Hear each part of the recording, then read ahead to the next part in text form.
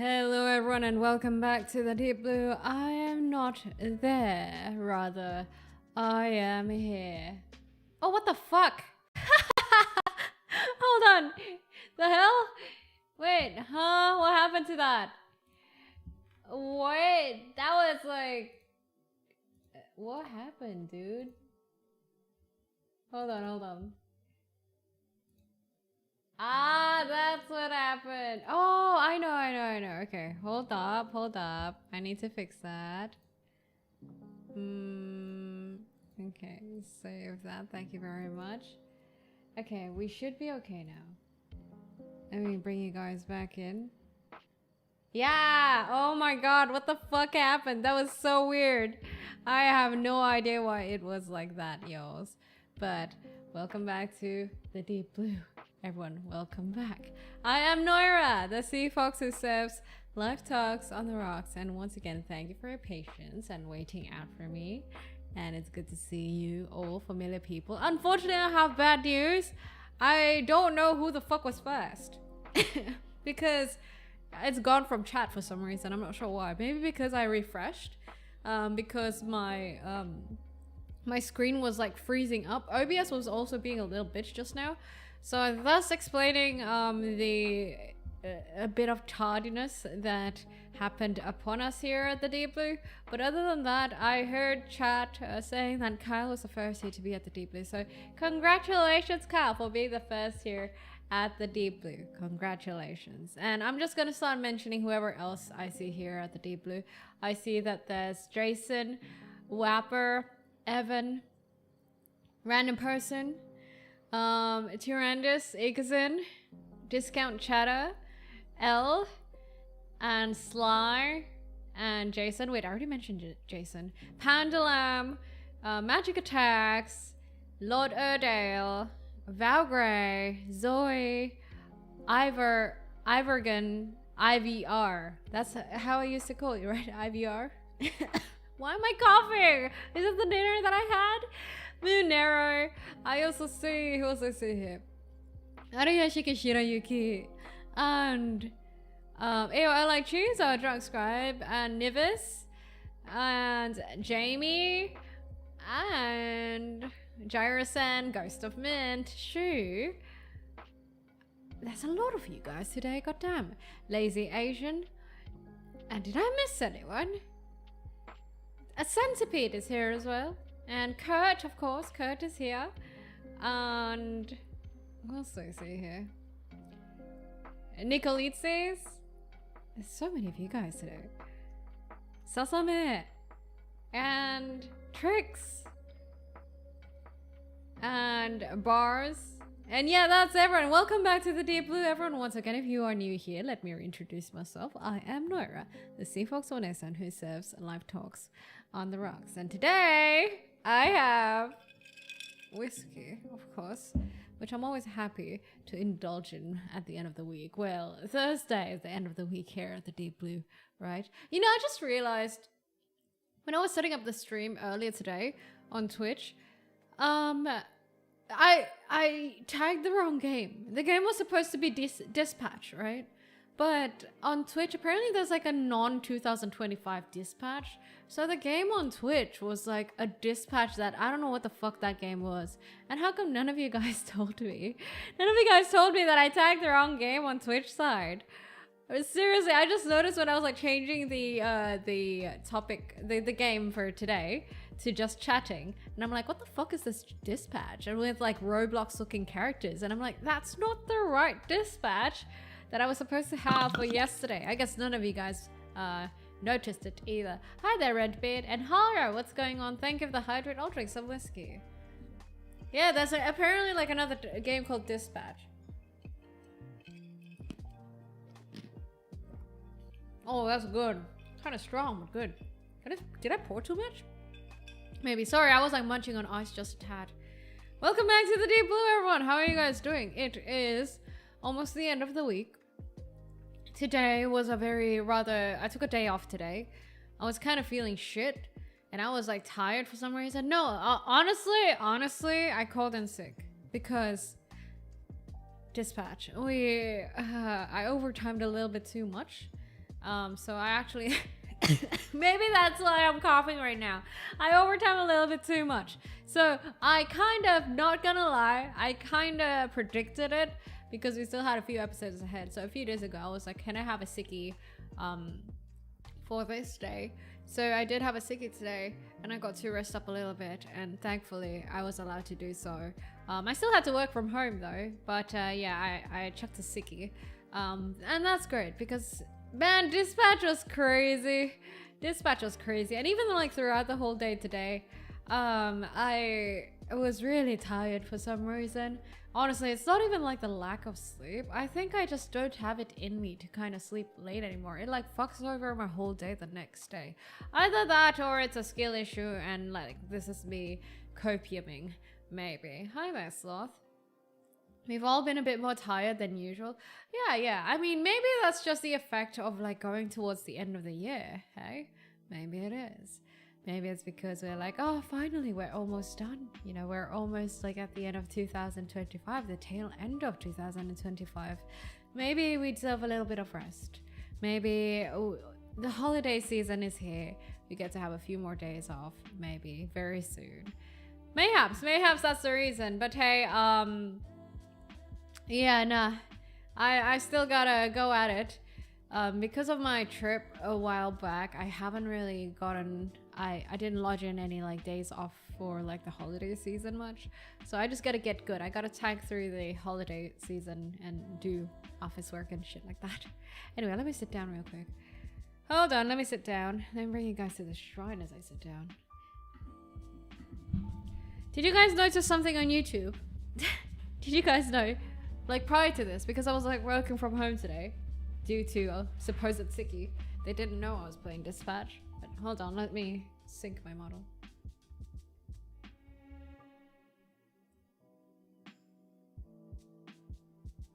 What I'm trying to say is, I decided to kind of work on, I don't know, did you guys notice that I uploaded something on YouTube? Like literally like 30 minutes ago or less. Like maybe 15 minutes ago. Oh yeah, my stream was also late. I scheduled it for like 9 AM on my side, which is like kind of ridiculous. I've never made that mistake before. But like today is like the first time I've made that mistake. But yeah, stream was scheduled wrong.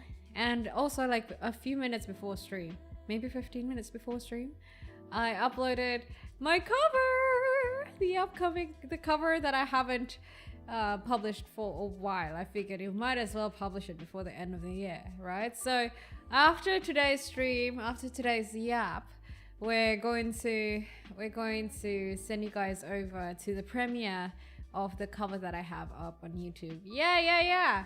We're gonna send over you guys to the premiere, okay? Oh, actually, let me pin it right now. I forgot to do that. I literally just finished editing the video right before stream, man. That was my fault. I was kind of procrastinating and shit. So that was on me. But hold on, let me like link the video. Oh, I just realized the date is great. It's like fucking 12/12. Perfect timing. So I'll pin it in chat. New cover. So we'll all go there. It's got a premiere right after stream is done. I don't think I have to do it for YouTube side because you guys will get rated to the YouTube, so it's okay. Alistair, thank you for the follow. Welcome to the Deep Blue. Welcome to the Deep Blue. Cover premiere, yeah, and it's been a while since I last did a cover, right? One of the reasons I was kind of slow with this cover was because I felt like my vocals was weak. Well, not particularly, but like what happened with this cover was that I recorded prior to my vocal coaching or like my vocal lessons. I took a break from vocal lessons for like 3 months or something, right? And then so I recorded one part before I did vocal lessons again. And then I did a second take, which was after vocal lessons. So there's like literally two sides of the coin where one technique is better than the other. So it's more so like the consistency side of things. But generally, I'm quite happy with how the cover turned out. But I do think it could be better. Especially for like a song that like has always been one of my all-time favorites. If you guys don't know the manga Nana, it's from the Nana movie, the live action one. So maybe, but like I've learned to kind of be satisfied with these sort of things, right? I think I would rather put out stuff and learn from it rather than like, you know, stop myself from putting stuff out of shame and just wallow in sorrow and regret that I did not do as good as I should have, you know. So I figured, yeah, I'll just put it out. Maybe down the line, if I improve, I'll just make another recording of it. But yeah, look forward to that, guys, after this. Yeah, she's going to sing. No, the cover, not today. I'm not going to sing today. I was thinking if I could do a karaoke stream though for the weekends, but I'm still thinking about that. I'm still like planning my weekends because my schedule is very much fucked towards the end of the year because you know it's holiday seasons. I gotta meet some few people and I got like some dinners here and there, so it's a little bit tougher. But yeah, I'm excited. And don't forget also that I'll be putting out a cover for Christmas, so I look forward to that as well. But anyway, enough of that. Today we're here to yap again about our life and whatnot. Thank you for the compliments, Elle. You have so many song requests and you should come over to karaoke streams on membership side. Today I was thinking about, you know what I was thinking about? My shower thought of the day was, you know, it's crazy nowadays that we have so many reasons to like not see people, right? This is like a topic that comes upon the stream every once in a while, like repeatedly, just because I talk about it a lot, I guess. Because, you know, some of us, me especially, being an ancient sea fox, I have seen the times before technology when and every time we had to do shit, we would have to meet someone and talk to someone, you know. And nowadays instead, like the younger generation, nothing wrong with it, but like the younger generation is pretty afraid of making a phone call. So it's quite a huge contrast from back then, you know what I mean? From the days where, oh man, you couldn't even phone people sometimes. You just had to rock up to the shop or to the place, and then to the invention of the phone. And then now people are afraid of the phone and people prefer texting. So basically, currently we live in a day and age where we're given much less reason to even talk to people or see people face to face. And the thing is, like, I don't know. Okay, how about you guys tell me what you think about this? But I really do think that there's a huge difference between, say, texting someone or calling someone versus talking to them and seeing them face to face. There is a huge difference, isn't there? At least there is for me. I know scientifically it's proven that there are certain,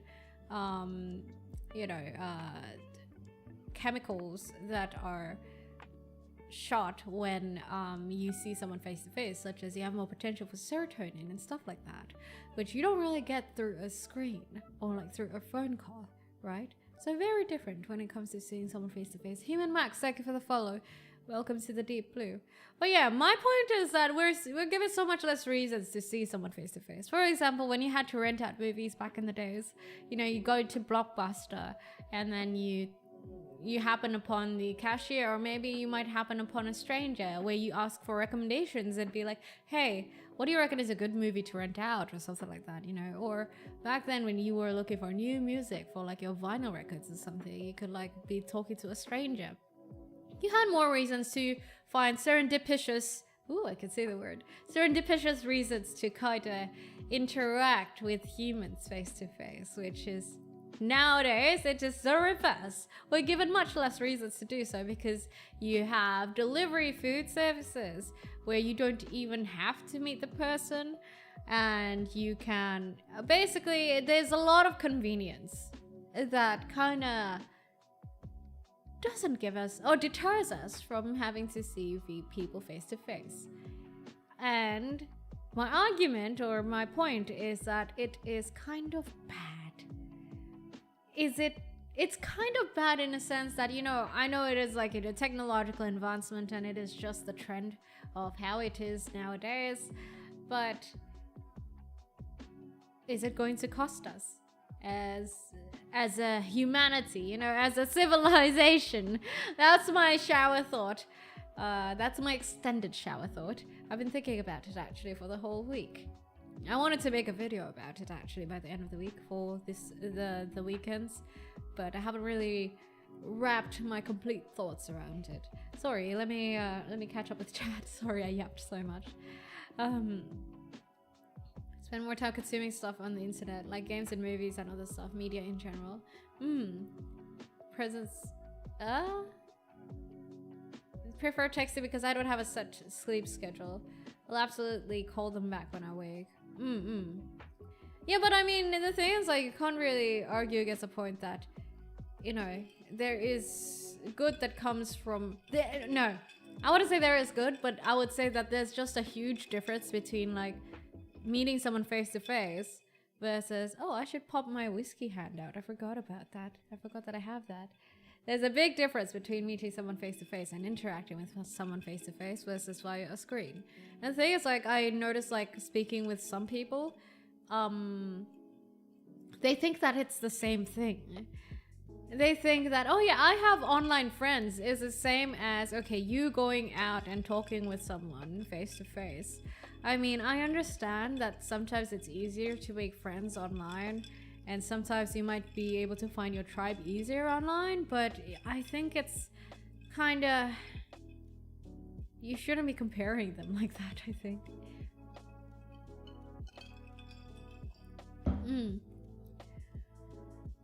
Problem with... I prefer in-person interaction. Kind of hard to understand people a lot of the time through phones via call. Yeah, and probably, like, part of the reason it's like... You know how a lot of people get misunderstood via the internet and everything too? I do believe that part of the reason is because, like, human communication, like 90, well, how much percentage, a big percentage of it, of like 80 or 90% of it, that I can't remember the particular number of, is done by micro expressions and like body language. That's why I do think, for example, with important meetings, it's still nice to kind of have meetings face to face. As much as I am part of the working from home gang, sorry, there are some merits to discussing things and talking to someone face to face. Quite both sitting with people on Discord and going out with them from time to time. And that's okay. That's okay. I think I'm more so like, if my stance is more so like, if you have the capabilities to actually seek out people and interact with them face to face, you should. But it doesn't mean you should like ditch your online friends or something like that, or ditch online interactions. That's unrealistic, I feel like. But that physical human interaction still needs to be there, right? Like, even say a physical human interaction versus say VR, I don't even think that's the same thing either. Don't mind seeing someone in person if I have to or want to, but I live in the middle of nowhere. Ah, yeah, that sucks. That sucks. That's why I said if it's like, if it's feasible, I think as humans we should have physical interactions with other people. A lot of interactions with friends is texting because I wake up super early these days and they are all night owls. Yeah, that's also a thing, right? I used to think that I was like a night owl, and I used to think that, hey, it's fine. I at one point even at my previous workplace, because it was kind of like flexible as long as you hit whatever you were supposed to do and you hit your KPIs and shit like that. I was known at the workplace for waking up late. So like at 9 a.m. meetings, they would just assume either I would not come or I would just be not fucking, but like I would just be laggy as hell, you know what I mean? I'd just be groggy as hell because it's way too fucking early for me. But like after a while, I decided to fix my sleep schedule because it was just unfeasible. You know, when you want to have certain interactions or get certain things done, which involves other people, it makes more sense to do it when your sleep hours are more in sync with everyone else who's like involved in whatever it is you need to do. So eventually I fixed up my sleep schedule. I used to sleep at like 3 or 4 a.m. dude. Not anymore. Nowadays, not anymore. Also maybe age, perhaps. Maybe that has a certain effect on it too. There was a time when I was working to rebuild my social skills, and I became a little dismayed how the so-called more socialized people didn't seem to try as hard. I hate when I have to keep a conversation going, like on a date I once went on. Just try people. I think that depends on the person, I feel like. Yeah, I think that's a situational sort of thing that I don't think I can comment much about, unfortunately. Have a good one, random person. Shop for the car. I hope you find the right car for you today. Have a good one. Thanks for dropping by the Deep Blue. It's definitely more efficient and safe for online communication, but that should be only the start of any form of relationship. Further connections should require at least a meal to make a friend. I agree. Willie, thank you for the follow. Welcome to the Deep Blue. I agree with that. Face-to-face is nice, but I'm also glad technology gave us CFOs to share wisdom with us. That's one takeaway to get from it, I guess. Yeah. Hi there, Sapphire. How are you? And Pressure Leader, what's going on?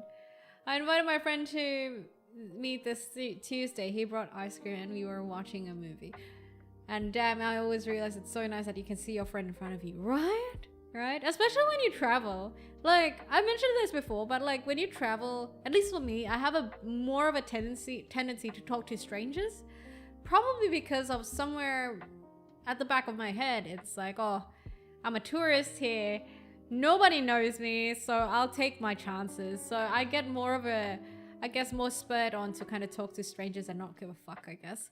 So I love these sort of interactions I get with people face to face, be it like old friends or like new people. It's just, I don't know, it's nice and wholesome. I like it. But I do sometimes worry about, say, my niece and nephews, where they feel like, oh yeah, no, but my online friends and my online interactions are enough. I don't really need to have physical interactions. I don't need to party. Not that I'm saying that you guys need to party, but like they have like this aversion towards physical and offline interactions with people, and I feel like they have this perspective where, oh, my parents are like so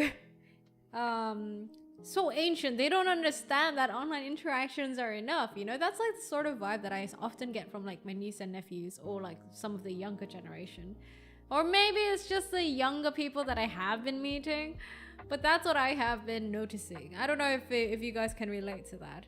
I just hope that it doesn't come to a point where we fully validate how screen interactions can replace physical and offline interactions. That'd be way too fucking dystopian and kind of sad, don't you think? Thank you for the hydrate, L. I shall drink some whiskey. Is the whiskey fox for a HR walking violation? No, as you can see when I played dispatch, I am very much a proper employee. No, actually, I violated HR stuff a few times when I was like in my previous workplace. Like I mentioned before, I woke up late. HR doesn't know about that. The other one was like, they told me to use a work laptop and I was like, yeah, no, fuck that. Look, I'll use my normal laptop. I'll just use Google Sheets and everything like that. So yes, I have technically done a few HR violations, but I was smart about it because HR was pretty cool with me. They were chill. And the audit team was pretty chill with me too. So I got away with a lot. Don't do that, guys. I mean, I'm a bit in a comfort zone with me not interacting with people, but that's a me issue. Tend to reveal and well, I'm gonna admit I tend to give a bad first impression. Look, I think like the path to self-improvement is paved by humility. So like recognizing your supposed flaws or like your potential drawbacks, or there's a word I'm looking for, but I can't. Not forthcomings. Oh my god, I just did a clip about that. Wait, sorry guys, wait. I need to... What's the word that sounds like forthcoming, but it's like drawbacks? It means drawbacks. Shortcomings, oh my fuck. Yeah, shortcomings, okay? It comes from like recognizing your shortcomings first. So I hope you don't feel bad or like shameful about it, okay? Remember that character development is always a choice. Like, you're not... I don't think anyone is like forever fated or doomed to be a shitty human being. You know what I mean? It's always a choice. It's mostly out of... You just gotta build up the habit and slowly work your way towards progress. Gue anak Jakarta. Thank you for the 5 gifted on YouTube side. Oh my god, thank you! Thank you for your offering towards the shrine. And also Jason, thank you for bringing in 1 new titling into the deep blue.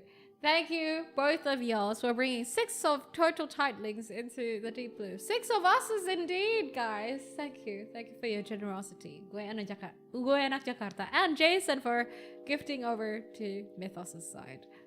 But yeah, if you guys feel like, oh yeah, no, I think I'm kind of shit at socializing because I tend to do ABC, then it's your choice to do something about it, right? I mean, look, let's face it, right? We live in a society, full stop. And that's really what it is. It is what it is. So either you learn to live in a society better or you don't. That's really just what it is. That's the baseline of it. If you learn to kind of live in a society better, maybe your quality of life might increase. But if not, then you know what, it's your choice. I don't judge, but I just want to put it out there, the perspective that the choice is technically there. Because it's not as if like one day the universe is going to change and suddenly you don't have to live amongst humans. You know what I mean? So it's just, it's a decision. And you guys are adults. You guys can make your own decisions. But like, I won't judge. You know what I mean? I'm pretty sure like some people have like their reasons to kind of not do certain things, and I'm not going to judge that because it might come from a place of, say, like trauma or bad experiences, or just you've been stuck in a loop for so long that it's just too fucking hard to get out. So I won't judge that, but regardless, I still think that that choice is still there. Gue anak Jakarta, super chat, arigato. Thank you for your offering towards the shrine. Evening to you. Not much, but please enjoy my sub gifts in celebration on my 30th birthday. With that say, let's go get wasted. Damn, hydrate first, bro. Guys, Toidlings, can we give a very big, warm happy birthday, please, to Gue Anak Jakarta. That's in Indonesian, by the way. On YouTube side, you could just call him Gue, I guess. GWE. Happy birthday, Gue Anak Jakarta. Happy birthday. If you do get wasted, don't forget to drink a lot of water, okay? So you don't die from a hangover tomorrow. You don't have to go through the nightmares of a hangover tomorrow. Hopefully that helps out.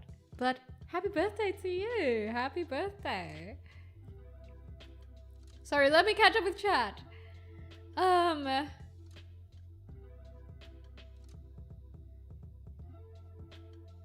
Irish or Scottish? None of it. Do I sound Irish or Scottish? Why is it that every once in a while someone comes in and thinks that I sound a little bit Irish or Scottish? Is it the way I say certain things? Imagine this, HR fires you because your beauty is distracting. That's kind of like discrimination, isn't it? It's kind of discriminatory, isn't it? Sure, if I get fired because I'm too fucking hot. The amount of how much people like HR like you is also a good benchmark of how much you can get away with. Yeah, that's true. That's true. I generally usually get away with a lot at workplaces and collaborative environments because I'm usually, I don't know, I'm good with people, I guess. I recognize it and I try to like consciously not exploit it because I know it's unfair, but sometimes I can't help myself. Drugscribe wisdom of the day: what HR doesn't know won't hurt them. Damn! Don't get people in trouble, Drugscribe, at the workplace. Sorry, let me skim through chat here. The more we employ technology in the place of physical interaction, the more we stray from what it means to be human. I think so too, yeah. Sometimes screen interaction is better than nothing. Of course, I agree with that. I remember when I was younger that my father was telling us via Skype to talk after his work abroad. Definitely, if it's like a something or nothing sort of situation, definitely it's better than nothing. But it also doesn't replace physical interactions for sure. There's also the idea that many are either inexperienced or have a lot of negative in-person interactions. Yeah, and that's fair, right? That's why like I don't judge like the decisions that people make as an adult, like because, you know, people might have their own reasons to not make certain decisions, such as, for example, wanting to find more physical interactions. And I can't judge it because I've never been there. And like, they grew up in a different sort of environment, so who are we to judge, right? But I just hope, like, my hope really with all these sort of things, like, because I make these sort of videos on YouTube and everything like that, right? Is that at least like you don't close up the hope of it and the perspective of it, you know? Just because you don't make the decision for that particular thing, I hope that they don't forget that that option is still out there. That's why I always stress that whatever I say here on stream and in my videos, what I hope to do is not to tell you guys answers, but only to provide and remind you guys of certain perspectives that I observe, at least. I don't mind interacting with people sometimes, but I feel like I've gotten used to just being alone, I guess. I know, and it's like hard, because like the brain is good at perpetuating things.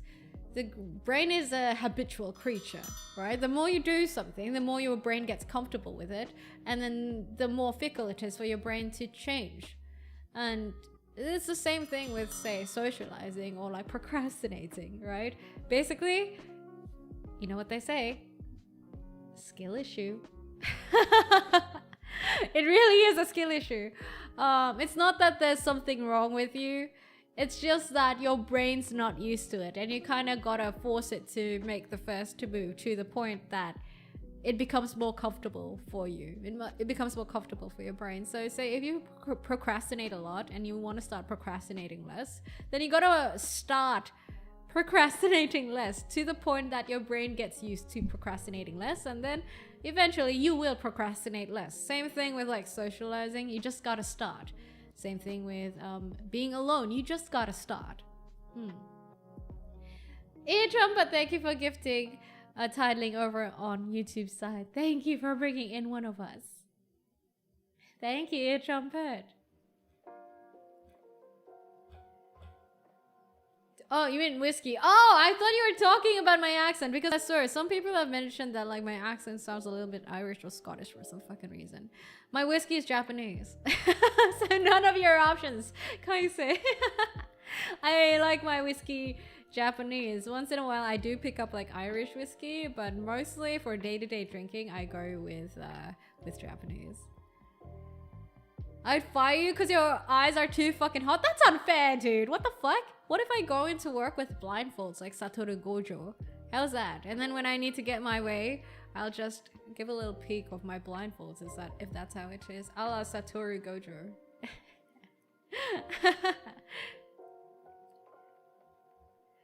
HR department find out Noira Hibiki whiskey stash. Have I told you guys about the story where I snuck in alcohol to my workplace? So one day I had to I was doing a meeting and it was like bloody hot, right? And I was like telling my friend in the meeting room, I'm like, oh, you know, a cold beer would be amazing. And then we can continue our fucking discussions. And so I contacted HR and I'm like, hey, can I bring beer to the office? Because like, it's kind of like, they kind of don't let you, right? And I'm like, can I bring beer to the office? And he's like, I mean, technically no, he said, but you know what, you can go ahead, but like put it in a brown bag or like a black plastic bag so people won't see, and make sure that people don't see you drink it. So I'm like, yeah, no, all good. You see what I get away with? So yeah, I kind of smuggled in some beer to have with my friends over a meeting. Over a meeting, and our meeting was very much more productive. Man, the things I got away with, man. It's questionable, really. I'm really grateful that my communication skills upgraded significantly over time. When you're socially anxious, it makes simple stuff like asking direction or giving a hand at something terribly awkward make you feel like there's no people. So you're totally right about adapting to society. I mean, do you guys remember the days after COVID? Oh my god, I think that was like... Look, I used to be a socially anxious LC fox, right, when I was younger. It's not that I was more anxious than I used to be, but like it reminded me of how I used to be for sure. Like right after like COVID lockdowns, I remember how fucking socially awkward I was because I wasn't used to interacting with people again, you know? And it was very, very weird. Let me catch up with chat here. But as you can see, I mean, it normalizes after a while. Once you get used to it, especially if you're in a line of work where you have to talk with people, you get used to it after a bit. Something I think a lot of people tend to struggle with, at least around me and from what I see though, is people struggling to keep a conversation going without it turning awkward. I mean, yeah, just remember that this is the tip that works the most for me, is that if you run out of things to talk about, start asking questions. That's really the easiest way to go about conversations. You know, yeah, and also like when you do ask questions, be sincerely interested in them. And that's gonna make any conversation flourish, you know? I would know. As you can see, I'm a pretty good yapper and I converse pretty well with people. And my key, I think, is it's not awkward until you make it awkward, number one. And two, if you run out of things to talk about, just ask questions. Thank you for the looks, guys. With an Aussie accent and Japanese whiskey. Oh yeah, you do make me sound like Miss Worldwide. That's crazy. If you go as Gojo Sensei, the office girls will be more in love with you than they are already. And will my office privileges shoot up even more? Is that it? You smuggle drinks to work? I mean, yeah. I know that some workplaces allow you to kind of have alcohol at work. Like one of my friends' workplaces they literally have like a wine stash at the meeting room. But like I had to smuggle mine in. Do you have a preferred brand of Japanese whiskey? I've always been more tequila, but wanted to try something different. Honestly, my go-to brand is like...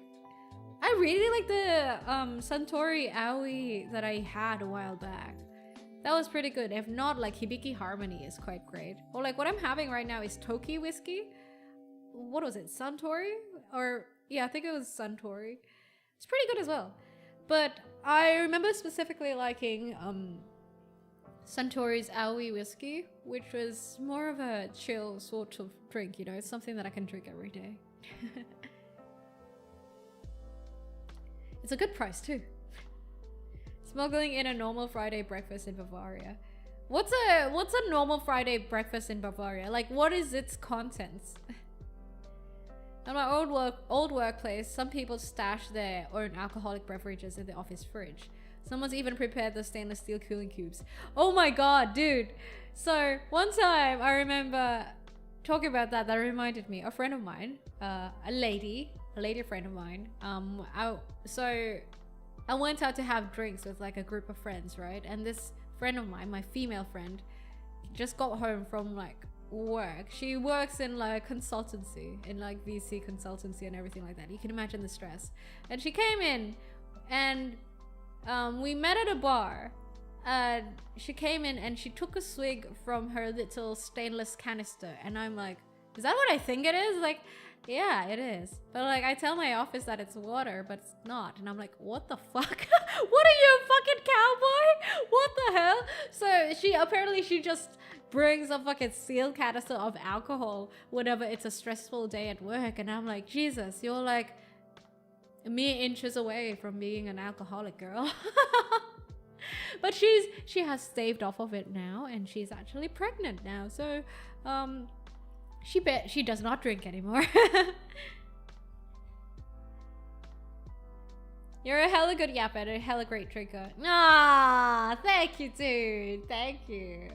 Ah, do you want something? Because you're giving me quite some generous compliments. Is there something you want on your birthday? Wait, I was supposed to give you a blessing actually for your birthday. I just remembered. Let's see, what blessing should I give you? My blessing to you, gue anak Jakarta, is that I hope that now that you're turning 30, the slow descent into creaking joints won't happen immediately. You won't immediately realize, oh, suddenly I can't move that way anymore. Suddenly I can't bend this anymore. I hope that shit happens slowly. And I hope that you find it within you to kind of remind yourself to at least move and stretch every day. So that with age, your joints don't lock up too crazy just yet. That's my blessing to you. E-Trumpet, thank you for your offering towards the shrine. I need to give you a blessing now too. My blessing to you, E-Trumpet, is that I hope that you find chances to kinda find it within you to make it like a mini side quest. Maybe sometime in this week or next week to talk to a stranger and talk to someone new. It doesn't have to be like a comprehensive conversation. It could just be a wholesome thing where, you know, you talk about some little things like, what are you doing for the day? How are you today? Or maybe just a little compliment. I hope that that becomes a side quest for you over the weeks. I work with heavy machinery, so hell no, we ain't getting booze. Oh yeah, hell nah. I can't imagine like people fucking drunk driving bulldozers or forklifts. Can you imagine the workplace hazard? Jason, thank you for your offering towards the shrine. Damn, we're getting a lot of offerings actually at the shrine. Jason, my blessing to you, especially since you have given me, you bought me so many games, including Dispatch. I am so very, very, very thankful. And you funded the Minecraft server, and you also did a lot for funding. Actually, E-Trumpet and Jason, you guys did a lot to fund my editing funds. Thank you. I hope you guys get to see that I'm putting out much more shorts 4 times a week now, so you can track my progress. I promise you, I'm keeping up. My blessing to you, Jason, is that I hope that your work day tomorrow, your workmates are not going to be too stressed out. You know, you get to be a little bit more chill, a little bit more, not too wound up. And then you get to get through this coming Friday, with much more ease than per usual, because your mates are a little bit more chiller. That's my blessing to you. Thank you, Jason!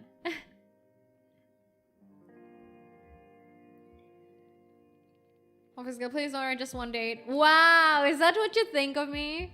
Is that what you think of me? One day I'll get art in an office fit. One day. One day. More threatening blessings from Noira?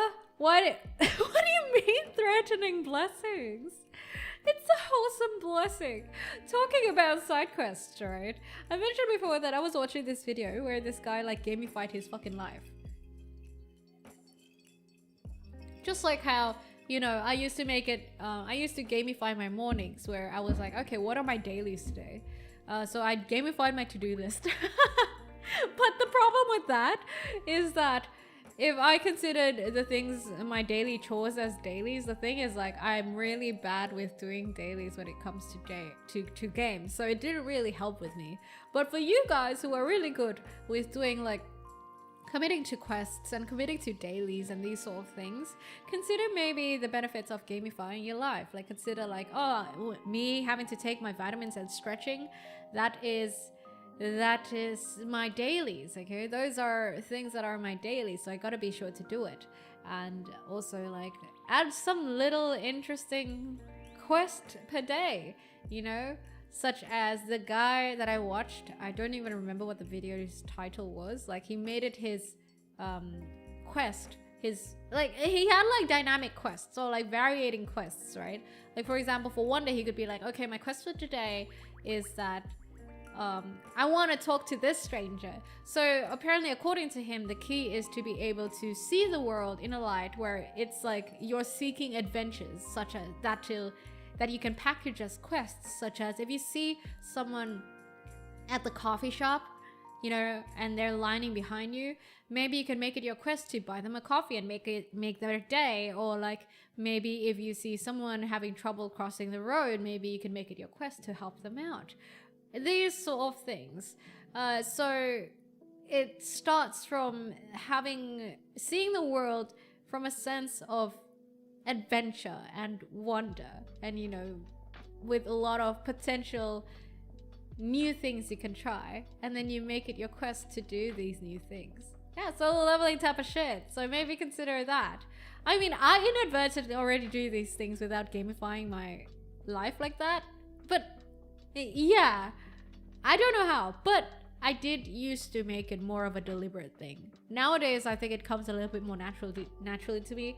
But I did used to kind of do some similar things when I was a bit more socially awkward.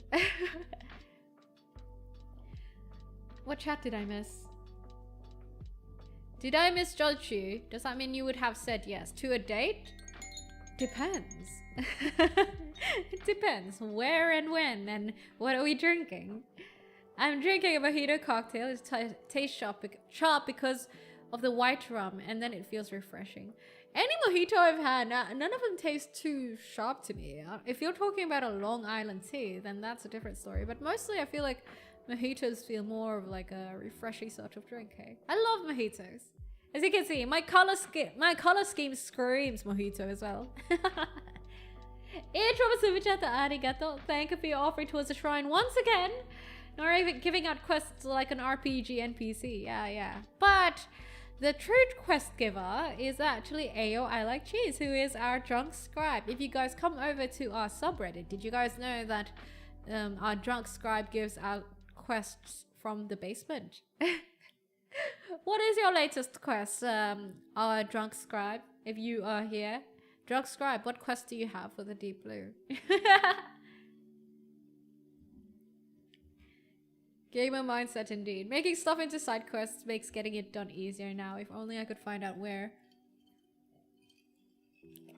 my experience bar is so that I can cash in on those levels. Your experience bar? It's talking about it here on stream or like on Discord, you know? Yeah. The thing is like, think about it as when you do things, it's kind of like stored EXP. The thing is like, we always overlook celebrating things, or I, for example, always forget the things that I fucking do. And then at the end of the year, I'm like, what the fuck did I do for 2025? It feels like I never did anything. The thing is, like, if you don't jot down your whatever you've accomplished, you're not gonna gain that EXP because you don't celebrate it and you forget about it. At least that's how it is for me. So to gain the EXP and fill up your EXP bar, you have to jot it down somewhere. Your journal, or maybe your phone, or like you could chuck it over on the Deep Blue Discord, or like share it here in chat, to the point that you can kind of build your own list of milestones. That's like one of the reasons I have a milestones list on my website and on Discord, because I swear if I didn't, I would forget everything that I have done. Truly. So yes, that is how you gain EXP from that shit. Also, I need to sync my model a tad. Let me bring you guys to the shrine a little bit as I do it. All right, hold on.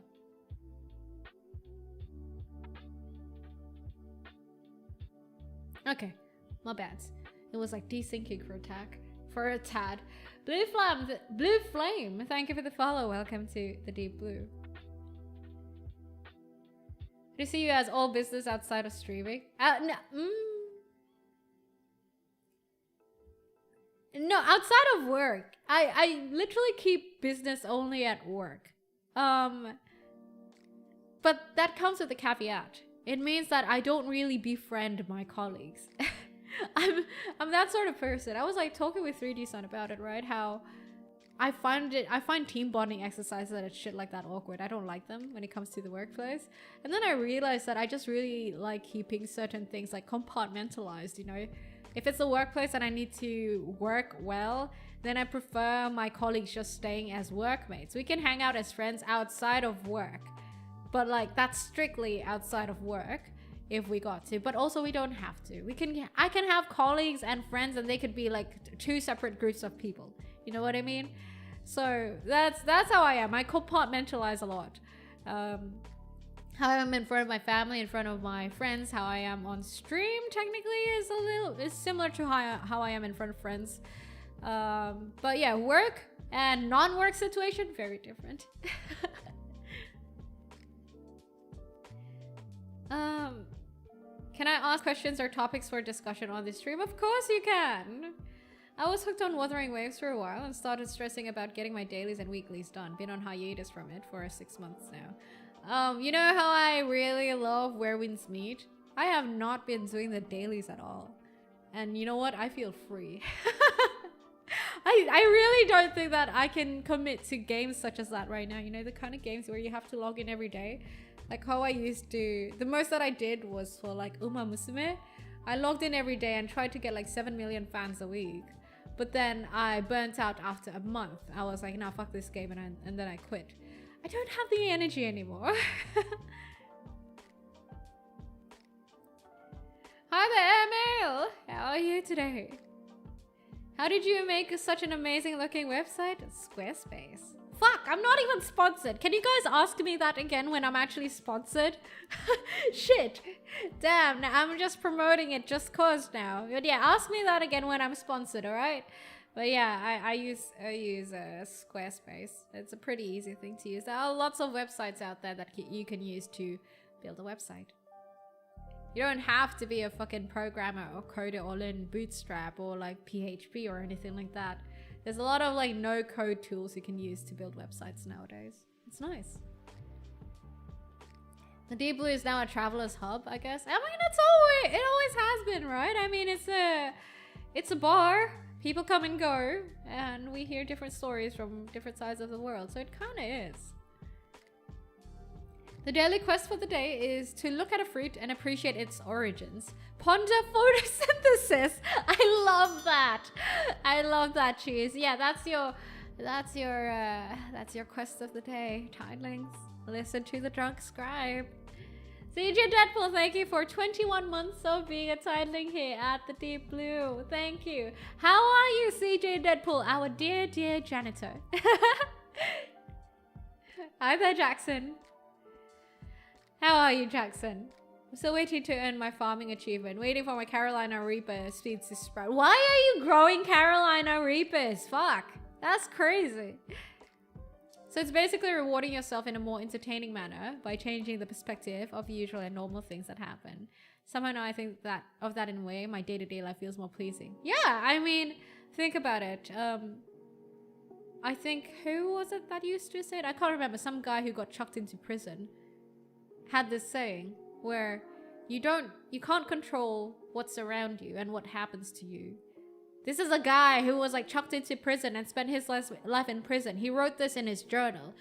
Whatever happens around you and to you is technically not within your control. The only thing that is in your control, no. I'm gonna find the exact quote. Your control but perspective. I don't want to misquote the guy.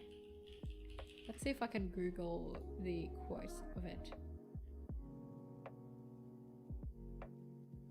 Who's this prison guy?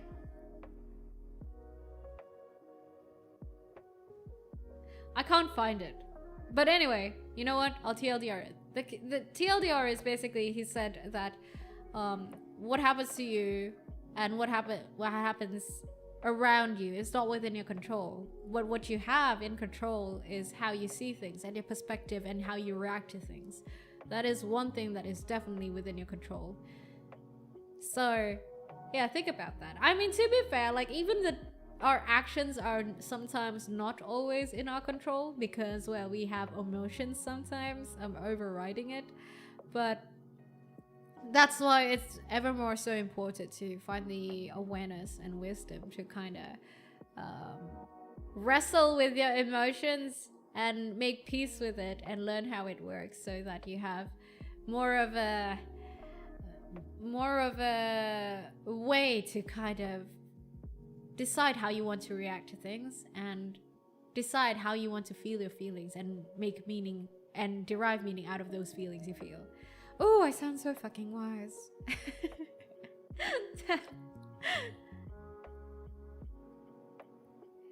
This is why you're a motivational poster in my office. That's crazy. Did you guys know that Kurt put me as a motivational poster at his office?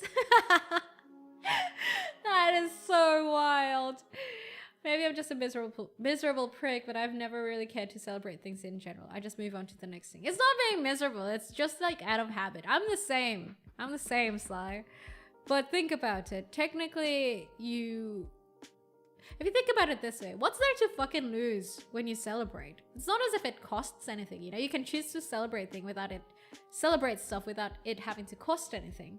For example, you think, oh, birthdays, ew, because I have to spend and, you know, throw a party, buy a cake. Technically, you don't. All you gotta do is change your perspective for the day and be a little bit more in a celebratory spirit. And you could just maybe ring a friend and be like, hey, you wanna hang? It doesn't have to cost anything. Maybe you could just hang out with a friend. So here I am saying that also for myself, that I think it's a very human thing to make something out of nothing. And I mean, what's there to lose anyway when you celebrate and make things a little bit lighter and brighter just for one day? So I hope you guys find it in you to maybe get into the habit of celebrating a little bit more often. Because I mean, we have so many fucking reasons to shit on the world anyway. We might as well celebrate a little, right? Billy Campbell, thank you for the sub on YouTube side. I sound like an anime protagonist. Holy shit. I was on the train to work and the conductor told me he had to charge me extra for telling dad jokes. I told him that's not fair. Oh, god damn you. I don't know why I always get baited into dad jokes here on this channel. God damn you, Quachi. My model looks like Luna Snow from Marvel. No, Luna Snow looks like me. To be fair, I was here first before Luna Snow's Marvel Rivals design. But thank you. I hope you find Luna Snow attractive then, if you think that my model looks like Luna Snow. My coworkers didn't notice it because they have horrible sleep schedules. My boss said next year we are getting one with color. Damn! Who's your favorite Uma? Simboli Rudolph is my favorite Uma. I love Simboli Rudolph. I remember that I tried to use an app that perceived tasks as game quests. I know that app, Habitica, right? Yeah. It was an interesting way to write things, but it doesn't work for me, unfortunately. I mean, yeah, I mean, living life is finding out what works for you, right? What works for someone else might not work for you. Like, same thing with me. Like, the whole side quest thing, I mean, dailies thing did not work for me because I can barely do dailies for games in the first place. So it's a lot of living life and finding out what you need to get things done and live a better quality of life is a lot of trial and error. That's why you see me on YouTube like posting stuff about like, oh, this is my newest observation, or this is something I learned recently, like maybe a way to troubleshoot my procrastination and stuff like that. It worked for me for that moment. Will it work for me again still for like the next 10 years? Who's to say? Maybe I'll come up with some new innovative technique to kind of deal with procrastination. Who knows? But I mean, it works for me right now. Yeah, that's how it is. Trial and error. For me, it's where wins me that is taking my attention daily. Fair and understandable and valid. Let me catch up with chat here. Hi, Peach! Peach is getting so jacked, guys. Have you guys ever seen a bouldering catfish? Peach is a bouldering catfish. So you know that Pokemon, that catfish Pokemon, the ground water type, the ground electric mud type, whatever the fuck, that blue ass catfish. That's how I imagine Peach, okay? As a ground type catfish. Is it Wish Cat? I don't even remember the name of that. I know it has like some Harry Potter lightning symbol to it somewhere. And it's a catfish. That's all I remember of it. But yeah, Peach is a bouldering catfish. I've been good, CJ Deadpool. I've been trying to make sure that I don't spill accidental stuff on the floor so I don't leave too much work for you. I'm partaking in photosynthesis right now. It's such a nice day and I like when my neighbors get secondhand Noira. That's so crazy. What? That's so crazy. Talking about photosynthesis, right? We all know that photosynthesis is very important for plants, but it is also very important for humans. So get some morning sunlight for your skin, guys. It gets some of that extra vitamin D, and you'll also find out that if you bask in the sun early in the morning, at least for me, it adds a little bit of energy to my mornings to build up that momentum to kind of work and have more of an energy throughout the day. Get your morning sunlight in, okay? Don't be fucking Twilight, bro.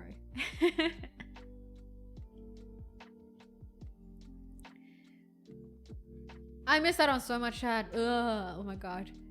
You cannot control what happens to you in life, but you can always control what you will feel and do about what happens to you. Oh yeah, that is the quote. Thank you, Kaise. Yeah, Victor E. Frankl, Man's Search for Meaning. Yes, that is the quote. I'm surprised you found that. How'd you find that? Thank you, thank you. I didn't know what search term to look for. Thanks for finding it for me. So yeah, guys, you cannot control what happens to you in life, but you can always control what you will feel and do about what happens to you. Remember that.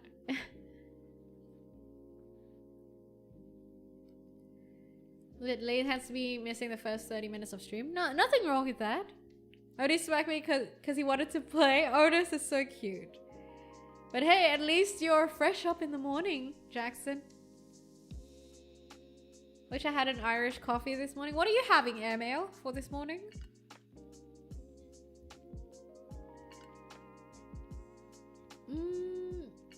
Am I finally caught up with chat? I am finally caught up with chat. I work nights, so early morning sunlight is the hottest part of the day. Oh, relatable. You're literally a vampire. Night shifts are... I can't imagine doing night shifts, honestly. I used to think that I was a night owl. I used to think that I thrive better in darkness. But I've come to realize that no, I am actually a morning person. I enjoy when I can to wake up in the morning and get things done in the morning, especially chores. Yes, wear sunscreen, guys. Wear sunscreen. The sun is mean. You might think that, oh yeah, no, my skin's fine without sunscreen and everything like that. It's a gradual thing, okay? You will get sun damage gradually if you don't wear sunscreen. So use sunscreen. find a light sunscreen. I can recommend you guys certain brands. Not that I'm sponsored or anything. I think two of the brands that I think the Biore sunscreen, the Aqua something, is one of the most popular ones that most people use. And the other one that's been getting traction is a sunscreen like Aqua sunscreen by Beauty of Joseon, which is a Korean sunscreen. So if you're looking for sunscreens that feel kind of light and doesn't like give you a sheen for your face, doesn't leave your face glowing or like a tone lighter, try those two sunscreens. Lord Jake's the dude, thank you for the sub on YouTube side. The sun is a deadly laser, yes, but also it's the bringer of life. Also, it doesn't help that it's rainy and overcast majority of the year. Even if it's like overcast or rainy, you should still use sunscreen when you're going out or when you're exposed to like, sun rays. Because it's not that when it's cloudy, it's not that the sun isn't there. It just takes a bit longer for the sun to equate to the same amount of damage. That's why how I mentioned about getting morning sun rays for your morning. So was it from a podcast that I listened to? That podcast said that even if it's cloudy, you should still go out and bask in the sun and try to get some sunlight. Wait, I need to cough, sorry. Sorry. But if it's cloudy, you should just stay out longer. Now the thing is, like, I don't remember the exact amount of time you should stay out, but like, say if you used to stay out, say 10 to 15 minutes for your daily morning sunlight. If it's cloudy, then stay out a little longer, say for like 20 or 30 minutes, something like that. What is your obsession with arson, Jason? Oh, you guys know what I've been watching lately? My current obsession, Record of Ragnarok. Oh my god, Record of Ragnarok is so good. But I also mentioned the same thing yesterday. I'm so happy that we have another new season of Record of Ragnarok. It's like the best anime series to watch. I love it. You read it? Yeah. I also used to read it. But then I dropped reading it because I dropped reading manga altogether. So it's nice to see the anime again. It's so good. I love it. Buddha is my favorite. I wonder if Jesus is gonna one day appear in Record of Ragnarok. A Record of Ragnarok, for you guys who don't know, is basically like, do you guys know Kengan Ashura? But it's a Colosseum fight between representatives of gods and representatives of humans. So you have humans and certain gods fighting for the human race, and then you have gods fighting against them. So you have like Norse mythology, Greek mythology, you have Zeus, Hades, you have Odin fighting in the Colosseum versus, say, Jack the Ripper or Adam the first man, or I don't know, Genghis Khan. It's really cool. I love it. I love these sort of things. Yeah, I love, my favorite sort of anime or fantasy is one where it's kind of semi-official IRL lore, That's my favorite sort of thing. And I also found out today that apparently Romance of the Three Kingdoms is fanfic. I've never questioned that my whole life. I'm a huge fan of Dynasty Warriors, right? I've never questioned whether it was fake my whole life. And then I found out today that it's generally fanfic, where basically 30% of it is based off of real life happenings and real life things, but 70% of it is basically fiction and exaggeration. So yeah, today I learned that Romance of the Three Kingdoms, Dynasty Warriors, it's fanfic. Jack the Ripper's fight is my favorite. Yeah, that fight was fucking cool. Very impressionable, right? I also really liked Buddha. Buddha's fight was very long drawn. Whose fight do I like? The Emperor's fight. Hades' fight was really good. I'm sad because I'm a huge simp for Hades. But yeah, it's good. Historical figures fighting each other. Yeah, historical and mythological figures. Good stuff. Trust. If you guys like Kengan Asura, then you guys will like Record of Ragnarok. I can see you as Brynhilde type of character with a little girl following and admiring you. You don't see me as Aphrodite. You don't see me as the woman with like very large boobs who need like 2 men to hold them up. you don't think so? I always find that so funny. And seeing it again in the new season, it's like, oh my god, I forgot how funny that is. Yeah, if you guys have seen that image or that gif of like a large bosom lady, anime lady, having 2 men hold up her boobs, each single boob, on with 2 palms, that's where it's from. It's from Record of Ragnarok. Noira, the god of lower back pain. You want me to see you that way? Okay, I didn't say anything. I'm just saying it's a possibility. And you know what? Talking about big boobs. So I found out recently, right? I'm listed on HoloList. For you guys who don't know what HoloList is, let me double check. HoloList. HoloList is a website. It's like a VTuber database. And I listed myself, or I requested to be listed there, right? And they have like certain tags for VTubers. Do you want to know what my tag is? Where's the tag? I have a tag there that says big personality. Big personality. And I'm pretty sure when they say big, it's not talking about my personality. I found that so fucking funny, dude. Big, yeah, with B-double-E-G. Yeah. I think, well, you know, I do think that, I feel like compared to most VTubers, I don't even think my boobers are like the biggest, right? Somehow I get labeled with big personality. I don't know. Right? I mean, I guess you guys would have a better gander at this opinion, but my boobs aren't relatively as big as other VTubers. Like say, take Nerissa Ravencroft. Just an easy one, right? Nerissa. Or like some other ones. There are definitely a lot more VTubers out there with bigger boobs than mine. I bet reaction from other people says Noira does carrying her 2 weights. I mean, I've always thought that my boobs look proportional enough. That's what I thought. Here, I'll show you. They're not that bad, you see?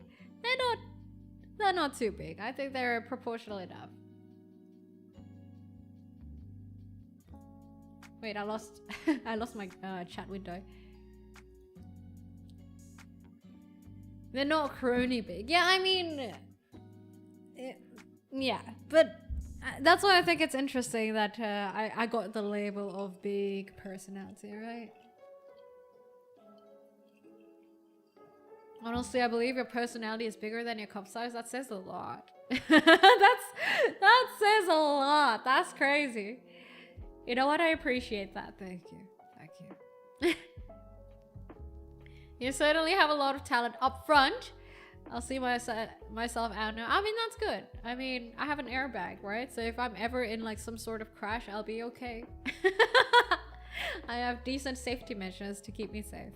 How else do you think I've been alive for so long, hey? If not for these airbags. I think they're perfectly shaped and sized. Yeah. You know what? Compliment sounds like you're Indonesian Mei. What do you mean Indonesian Mei?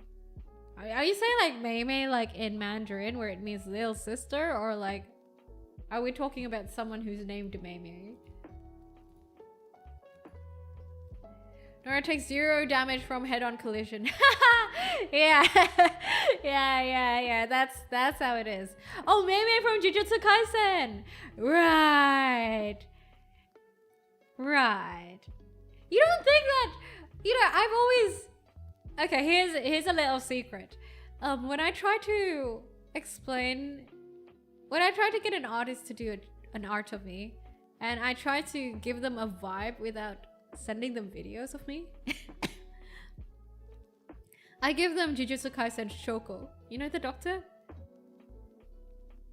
Yeah. I think more of, okay, my vibe is basically think of Shoko. Yeah, put it out there. that's how I explained it to them. Or who else? It's Shoko or yeah, no, it's mostly Shoko.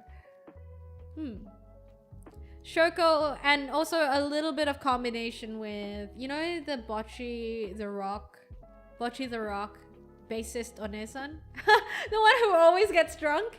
Yeah, that's also, I usually give both of those as references. Mei Mei is crazy. That's the lady with the long or thick white braid of hair, right? Oh, she's so hot. She's so hot. Yeah. I've never thought of myself as Mei Mei, so that's new. You gotta explain. Now Jason is committed, man. Jason is committed now. Now he wants to hear what you got to say, dissociative. The weird one? Yeah, maybe it's the one with the little bro, right?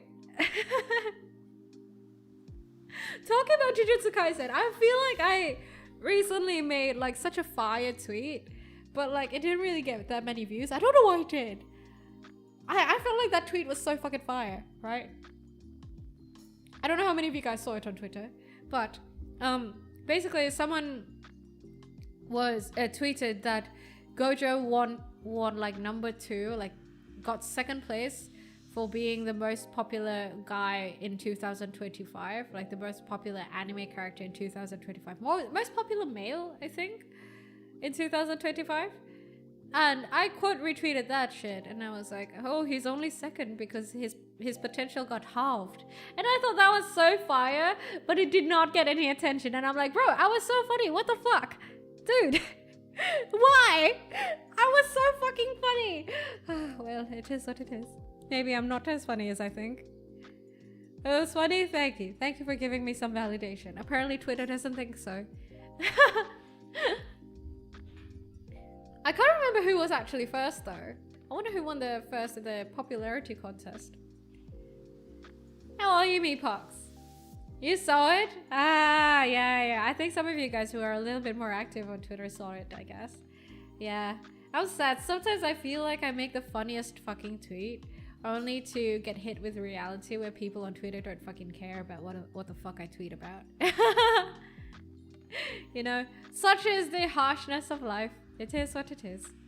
Oh, by the way, I need to tell you guys, we're gonna end this Zatsu like about maybe 5 minutes before 12, 5 minutes before the usual stream ending time, because my cover is coming out exactly at 12. So we're immediately gonna raid over to there. Yeah. Since we got a cover, I'm so excited. You remember Gojo, but not who got first, of course. I'm a huge Gojo simp, guys. And I keep thinking about it, right? I'm like, look, Gojo's character design is pretty simple. He has white hair and blue eyes. He's basically a blue eyes white dragon. It's nothing innovational. It's not reinventing the wheel, but like, why is he so hot? I don't understand. That's always baffled me. Like, why is he so hot? He's basically Kakashi, and Kakashi is fucking hot as well, right? Kakashi was even, I would dare say, more innovative than Gojo. Bad boy vibes?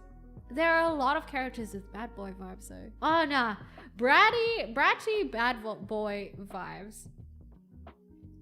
No, but the thing is, like, if you see Gojo, even if you don't know about his fucking personality, he's just so fucking pretty. You know, he's simp worthy out of context, and I don't know why, despite his character design just being pretty normal. I remember the scene where Mei Mei and her little bro went on the run, so the first panel was Kuala Lumpur. But man, oh my god! Yeah, and then the first camera pan was like them being in bed together. That shit was weird, dude. Fucking A.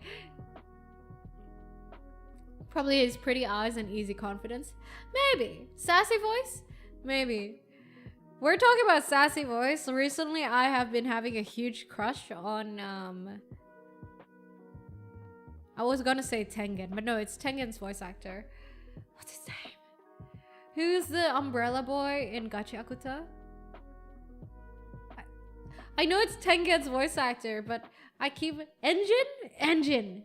Yeah, I've been having a huge crush on Engine. Engine is so hot. Engine and Zanka, they're both very hot. Gachiakuta has so many peak hot characters. I love it. Drinking and joining this Yap session is so good. You're drinking beer, I'm drinking whiskey. Jujutsu Kaisen Zero with peak character design. Later designs were quite generic. Oh, Maki's design is fucking peak, dude. I love Maki's design. If I'm gonna simp on anyone in Jujutsu Kaisen, it's gotta be Nanami. I mean, that's a given. That's a given. Like, the trifecta is like Nanami, Toji, and Gojo. Wait, Suguru Geto. 4. How do you say trifecta but 4? 4-fecta? Yeah, well, how do you say trifecta but 4? What's the word for that? But yeah, Geto, Gojo, Nanami, and Toji. Quadfecta, is that a real word? Is quadfecta a real thing? Let me check, I'm gonna Google it for you. Is it really a quadfecta? Quadfecta. Oh my god, it's actually a thing. Wait, no! A quadfecta is an informal term for achieving 4 significant wins or accomplishments. Ah, I guess it is. Yeah, I guess it is. Yeah. I guess it is. Apparently it is. Informal term though. Quartet. I don't know. English is hard. Hi, Beach Cookie. How are you? By the way, how do we go from talking about life to simping over Jujutsu Kaisen men? I mean, not that I don't appreciate it. I very much appreciate it. Is it quartet? Mayhaps.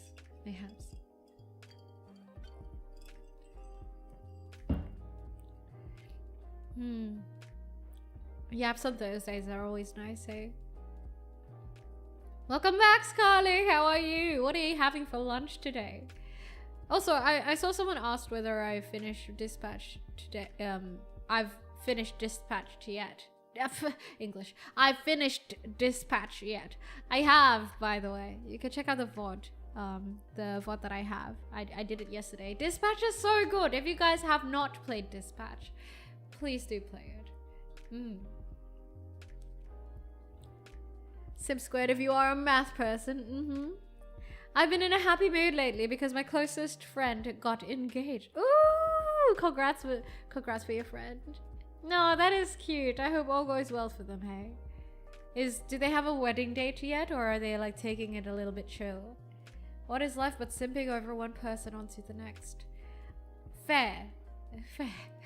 Life is great when you get to simp freely. It's nice that way. And life is the best when you get to simp over fictional characters. Oh, talking about fictional characters. Okay, so there was like, that reminds me, there was like this little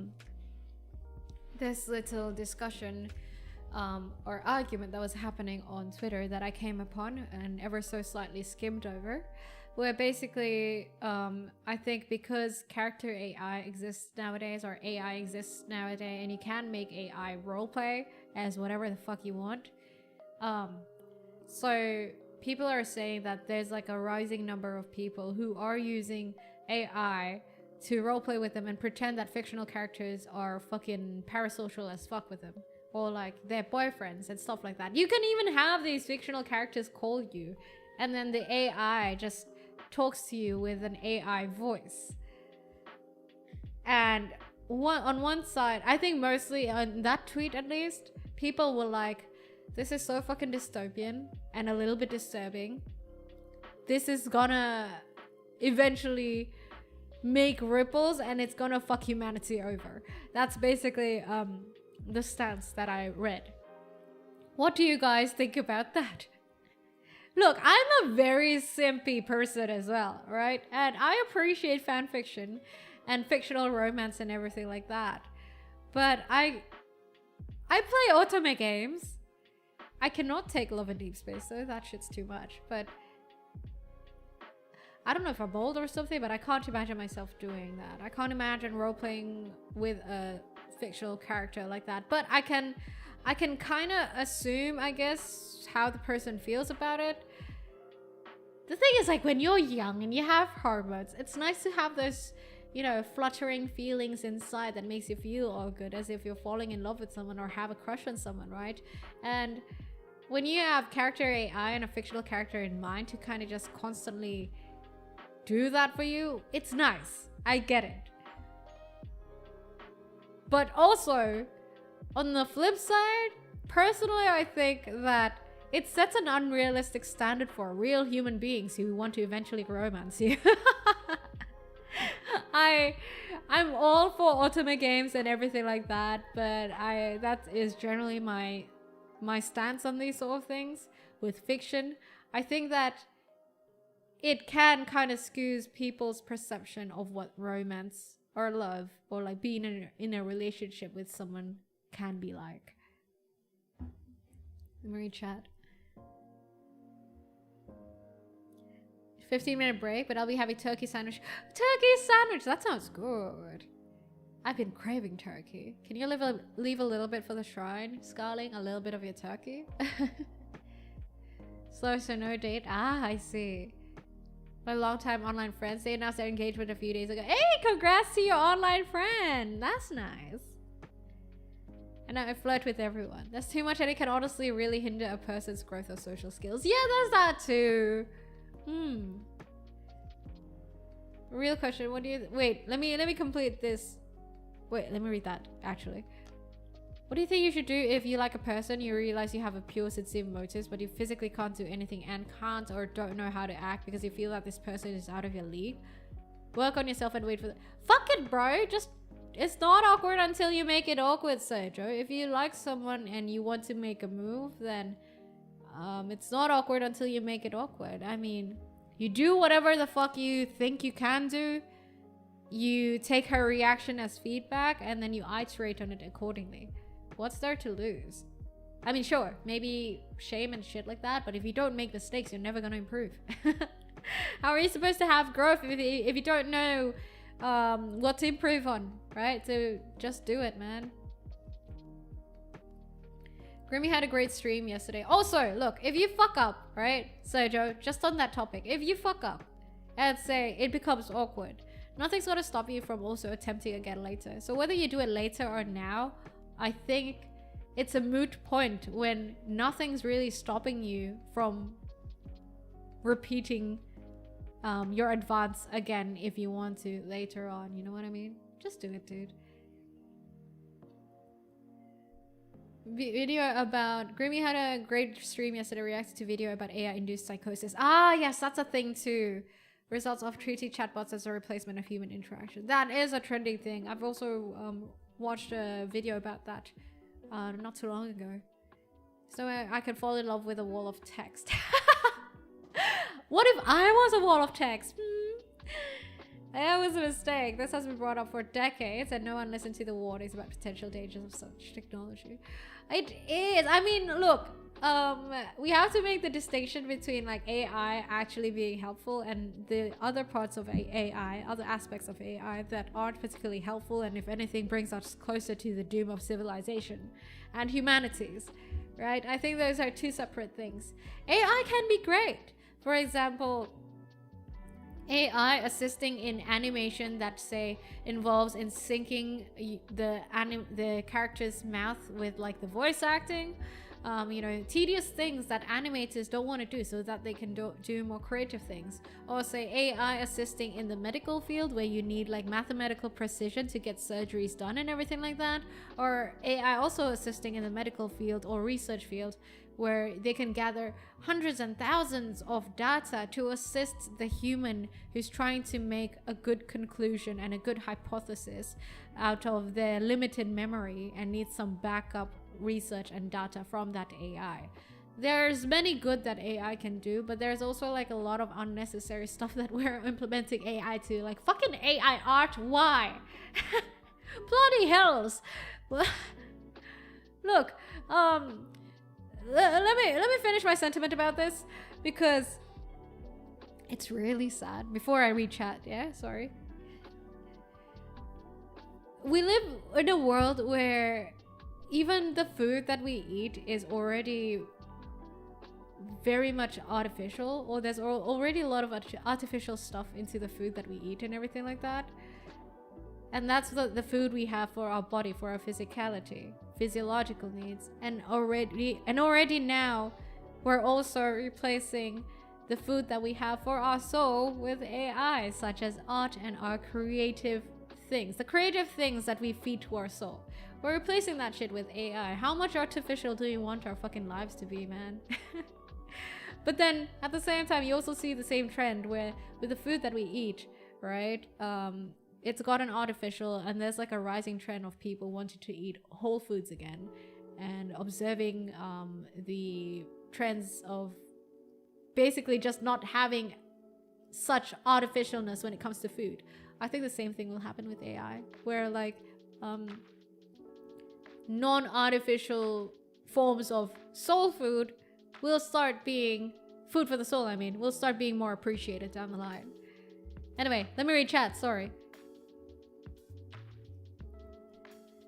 Seeing those grok memes going around? No. What grok memes? I think it is a waste of time. I don't know if it is because I know how the sausage is made or being born before the internet. For these people who fall in love with AI realize that their AI has no ambition or drive towards anything other than them, then they'll be drawn back into real relationships. I mean, it's almost like it's the same thing as paying someone to fall in love with you. Or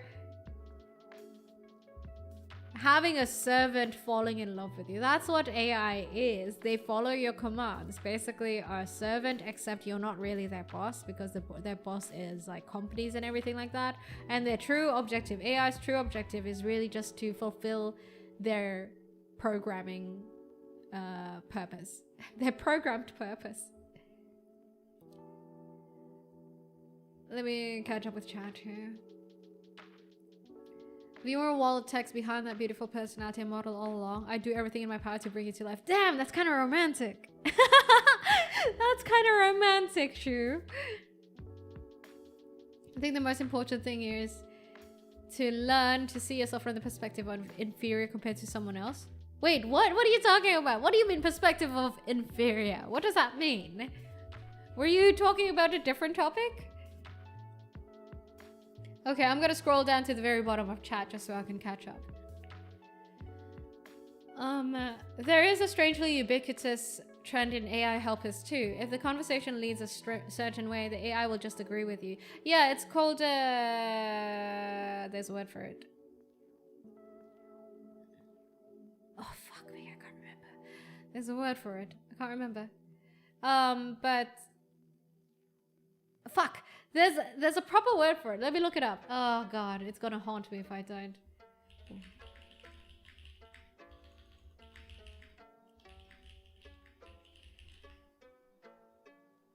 Sycophant, yeah. Sycophancy, that's what it is. Right, I forgot about that word. Sycophancy. Yeah, definitely it's there.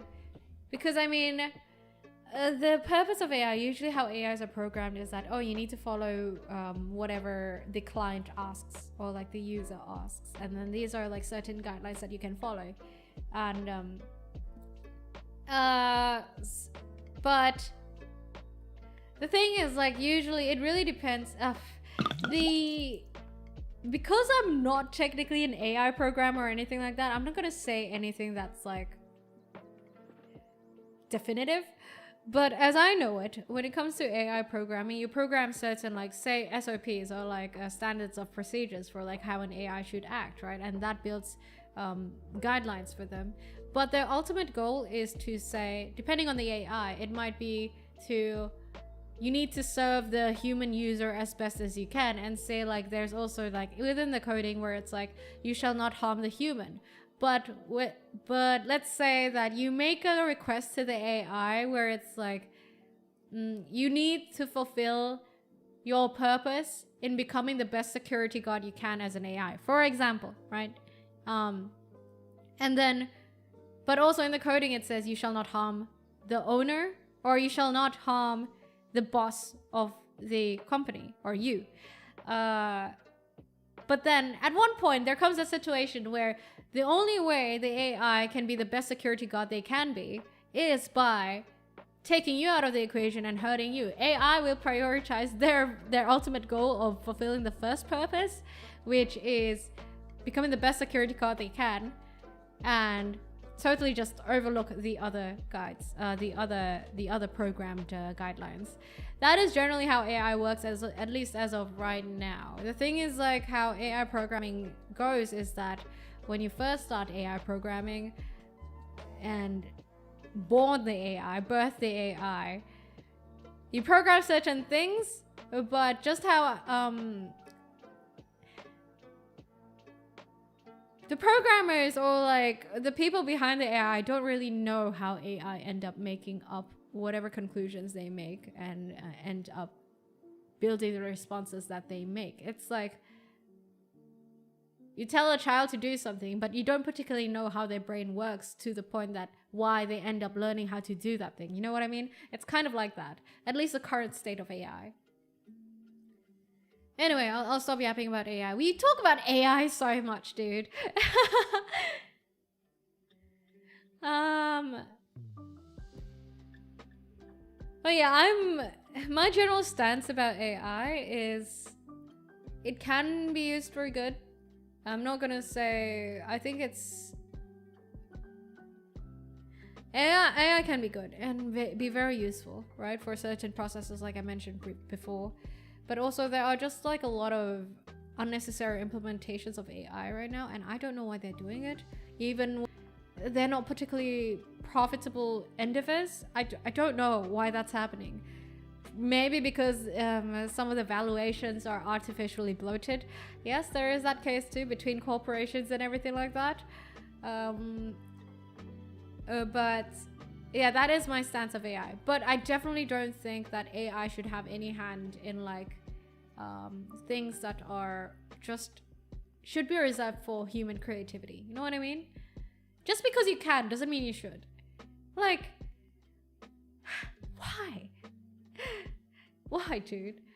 It's like, rather than celebrating human creativity, you're bringing it down. Why? You're making the building blocks to bring human creativity down. Sure, it could be profitable and it seems like a cool idea, but like, at what cost?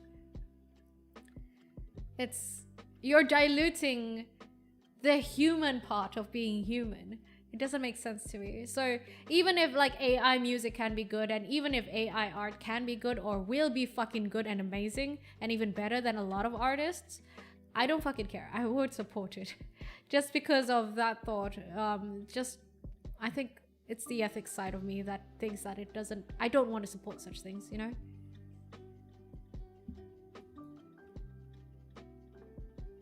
Someone will eventually decide an AI with focus on avoiding sycophancy, and the AI will be a total jerk and people will love it. I mean, do you know that already happened? So apparently like the newest version of ChatGPT is less of a sycophant compared to the previous version of ChatGPT. And some users actually emailed the ChatGPT dev team, or like, you know, sent in requests to the team where it's like, no, can you please why is the AI acting like this now? Why does the AI not agree with me anymore? I don't really have people to talk to, and people who I talk to don't usually agree with me or want to discuss these things with me. AI is the only one that wants to do that. Why do you take that away from me? That actually happened. So there's your answer when it comes to sycophancy. It's crazy, isn't it? Who's who? Thank you for the sub on YouTube side. Welcome to the Deep Blue. Oh, my rig reset it again. Give me a sec. Let me bring you guys to the shrine again.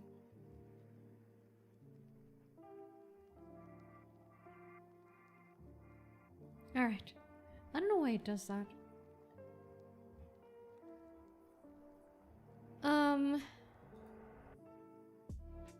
Sounds like they are upset that AI doesn't constantly validate them. I mean,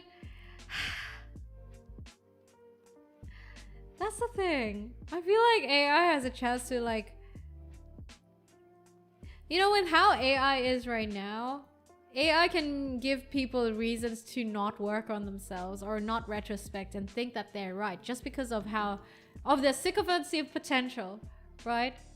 Some people could be acting like pure dicks and AI can validate it. And that can be so fucking dangerous, don't you guys think? Same thing with like what I mentioned earlier, right? About how you can kind of invent a character AI of your favorite fictional character and have it validate your feelings by having them basically be your boyfriend and call you and shit like that. I mean, it's kind of... AI-induced psychosis and craziness is a real thing. I don't think it's good. So, you know what they say? With most advancements of technology, or say the invention of the internet, right? You'd think that the invention of the internet would kind of lift everyone's intelligence higher, the standard of intelligence higher, and everyone will be smarter with the internet around. But actually what happens is that you have the people who are decently, you know, on a decent intellectual level getting smarter, but like the people who are not particularly there will get, for lack of better wording, dumber, because it further propagates their stupidity. I don't know how to say that in a kinder term. This is a naturally observed thing, and I think the same thing is happening with AI. AI can make certain humans flourish even more, but it can also drive certain humans into the fucking ground, dude. Leading someone further into their bad habits. Yeah, I mean, yeah, all that. And the thing is, like, I don't know if the people who created these AIs or currently are in charge of the AIs know if they can do much about it. That's the scary thing. It's like, it feels like it's something that once you let it out of the cage, you don't know how to reel it back in. That is the current state of AI, but I don't like being a doomsayer, so let's keep it at that. Let's just say, I don't know, where am I trying to get with this? Be careful with AI. AI can be good, it can help you, but be mindful about it. I think that's what matters. Have the awareness to be mindful about it. I mean, for example, in Where Winds Meet, I totally enjoy role-playing with AI. I think it's fucking hilarious and super fun. I think I could also maybe find it in me to kind of... never mind, I take that back. I don't think I could ever role-play romance with an AI. I think that's a little bit too cringe. but yeah, AI can be fun, and it can be great and very useful. It's just as dangerous as social media, so nothing new here really. No, but AI is, according to the Nobel laureate, the supposed godfather of AI. Was it the godfather? Yeah, it was the godfather of AI who mentioned it. One of the reasons that AI is much more dangerous compared to previous inventions within the span of humankind is that AI is the first technology in which you let them make their own decisions.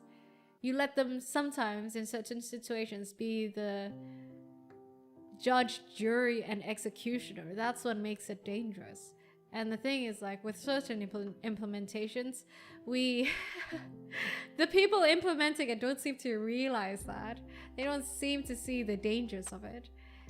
Letting AI be the judge, jury, and executioner. I mean, even with humans, you don't do that, man. That's why we get to see, for example, YouTube fucking with their AI accidentally permanent banning people. You know what I mean? For the wrong reasons. That's the scary thing about AI. I'm not entirely worried about AI. The kind of person who will go crazy and lose their marbles were always going to do so. They just have a faster route. Yes, but also, I mean, I feel kind of sad, you know, for those people, in a sense. Shiny Major, thank you for the sub on YouTube side. With each release, I get less confident that AI will have any usage for complex work situations. Did you guys know that AIs actually outperform C-level executives when it comes to C-level things? But yeah, that's a whole video you guys can look up. AI can be really good for things that are related in analysis and like critical analysis, such as consulting work or like executive managerial work. Say, analyze this data and create a business plan for me, or like figure out how I can make my business processes leaner. I think AI would be pretty good at that, because like AI gets to do it with a bunch of data, purely based on data and without any particular biases, compared to say humans, where biases would be in play. So AI definitely can be great with processes where it deals with a lot of data and analysis and almost mathematical processes, and can do without needing emotional intelligence. That's what I always say. AI is great for tasks and operations and things that don't require emotional intelligence. I think it's ridiculous for us to relegate things that require emotional intelligence to AI, when AI don't even fucking know what emotions are or can experience emotions. It doesn't make sense. Such as creative stuff, right? AI is as stupid as its inventors, so if we get picky, it's rather the people who implement it who are dangerous. After all, the AI today is not actually intelligent, just human prompts. Yeah, and another thing that someone has raised, I think I saw it on Twitter or something, was that saying that AI can't be accountable. So stop giving AI tasks that require accountability. That's also another perspective to it. Anyway, enough with doomsaying about AI. Can we change the subject? Do you guys have anything to maybe talk about or discuss about, or maybe something we can talk about or ask questions about in regards to, I don't know, life? Life is a big umbrella. Surely there's something that's some topic we can thoroughly talk about. We can talk about food.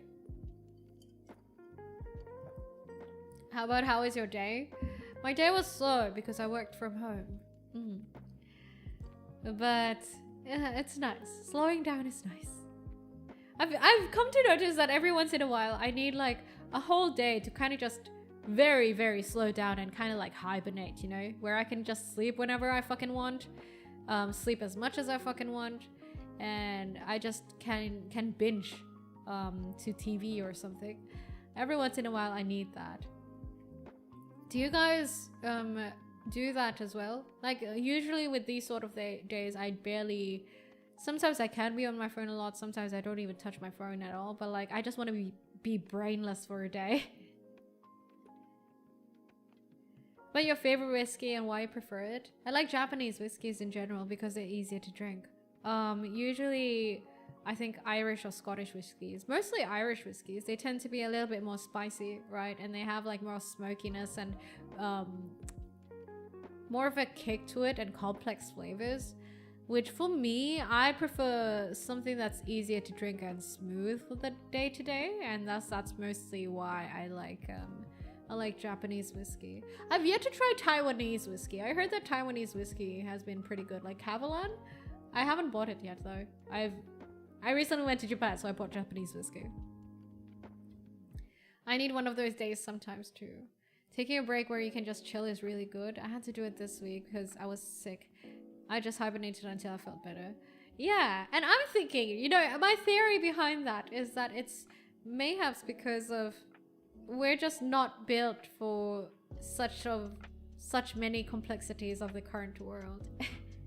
Like we're buffeted by social media and so much like stuff that's rapidly enhanced by technologies, such as we're working at a faster pace because we have technology now and we're assisted by computers and everything like that. And I really think humans, I think physiologically have not adapted to that. Our caveman brains are like, what the fuck is going on? That's why we need one of those days to kind of just shut down and reset in a sort of way so that we can slow down and let everything else catch up before we go at it again. That's my theory behind it. I don't know if there's any truth behind that or not. You're making me miss my old job at the brewery. Damn, it must be. Is it fun working at the brewery, Jamie?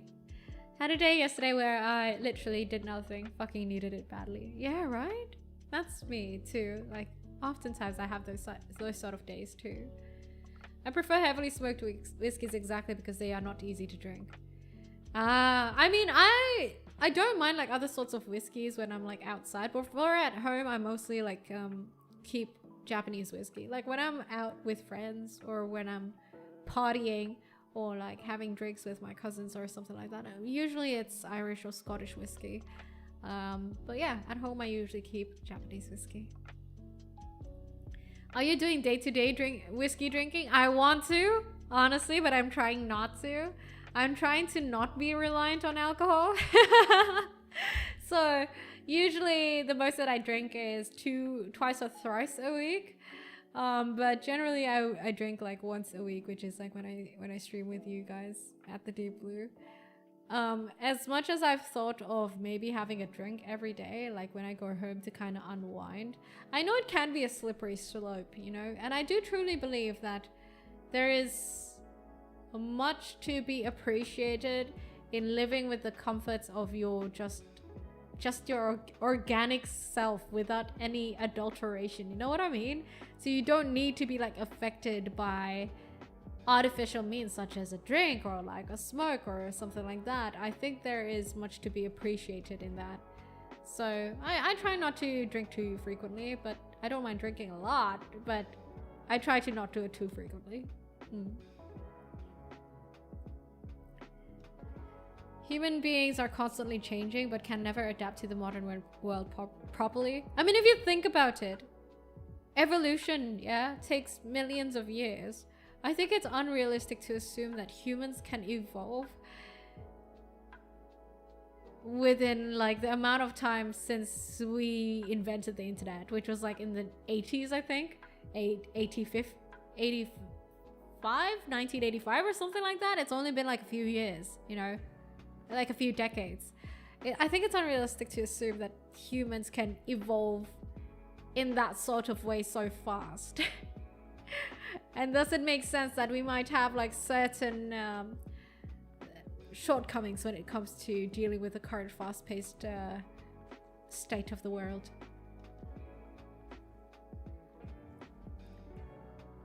I'm with you on everything, just slow down. Yeah. I did get to see your VODs while I was sick and resting. You are so much better at games than me. I had to phone a friend to help me with that fight. You just got past in Whirlwind Speed. Oh, the witch fight. I spent so much time on that shit though. Damn. And I don't think I'm good at games. I'm just fucking stubborn. It's sheer willpower, right? What my friends told me was that when I did hiking for the first time, it wasn't that I was in shape. Because I really wasn't. Back then I didn't really exercise that much just yet. I do now. I'm much better now. But like back then I was like an unhealthy piece of shit, okay? But when I did hiking in that state, they said that I survived due to sheer willpower and stubbornness. I do think that's generally how I play games. I mostly survive due to sheer willpower and stubbornness. And it especially shows in ARPGs. Mrakuna, how do I say your name? Mrakuna? Mrakuna, thank you for the follow and welcome to the Deep Blue. We went from caves to now what, 10,000 years? We need millions of years for evolution. Yeah, that's what I'm saying, right? Don't want people to think you're an alcoholic. I also don't want my body to think I'm an alcoholic, man. My sea fox on Ness, I can't be that much of an alcoholic. I used to be. So I've lived that life, guys. I know what it was like. And I'm not too keen in revisiting that. Shadow Lily, thank you for the follow. Welcome to the Deep Blue. Which was hard work, but it was also a good workout. Seeing the regulars walk in, drink a lot, staggered out, sucked. Ah, yeah. What do you miss about it, Jamie, working at the brewery? I feel like technology prevents humans from evolving because we rely so much on technology that we become lazy and unadaptable. The flip side of that argument, though, is that technology improves so that you can do other things that are more humanly innovative or creative, human creativity. So the other side of the argument is that, for example, with AI, they also present this argument, which is true to a certain extent, is that with the advent of better technology and AI and tools that assist you, sure, it will make certain jobs easier. It can make some people lazier, but also it can help some people flourish even more, because these technologies and these advancements take care of the menial stuff so that you can advance, basically, as a human. That is the other side of the argument, which is to a certain extent true. Imagine if we were so busy, say for example, if we did not have much technology, we just spend our day-to-day fucking struggling to live, because you guys have played life simulators with not much technology, right? You see how much there needs to be done in a day to kind of make a decent quality of life. For example, preserving food, washing your clothes manually, you know, doing farming shit to get like your milk or stuff like that.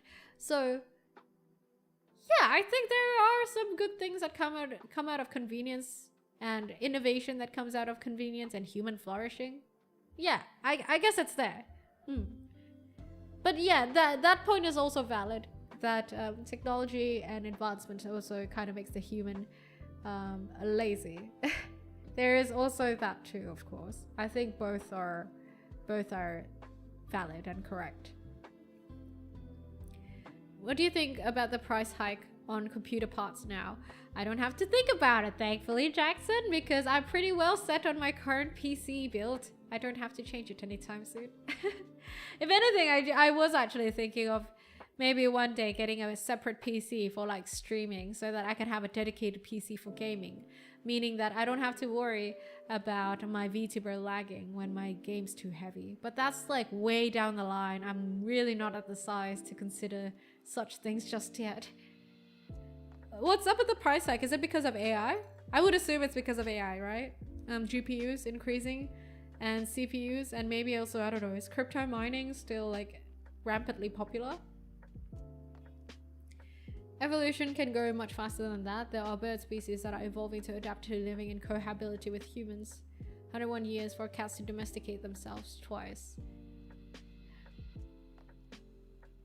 Maybe, perhaps. I don't know much enough to make any validating opinions towards it. But mayhaps, man. I didn't say you were stubborn, but you were really good at parry, so you got skills. Thank you, Kurt. I do think it's still my stubbornness that got me through, and willpower. But thank you, Kurt. You can tell a lot about someone by the way they play sports. So how do you play badminton? What do you mean, how do I play badminton? I'm very competitive in most of the stuff that I play.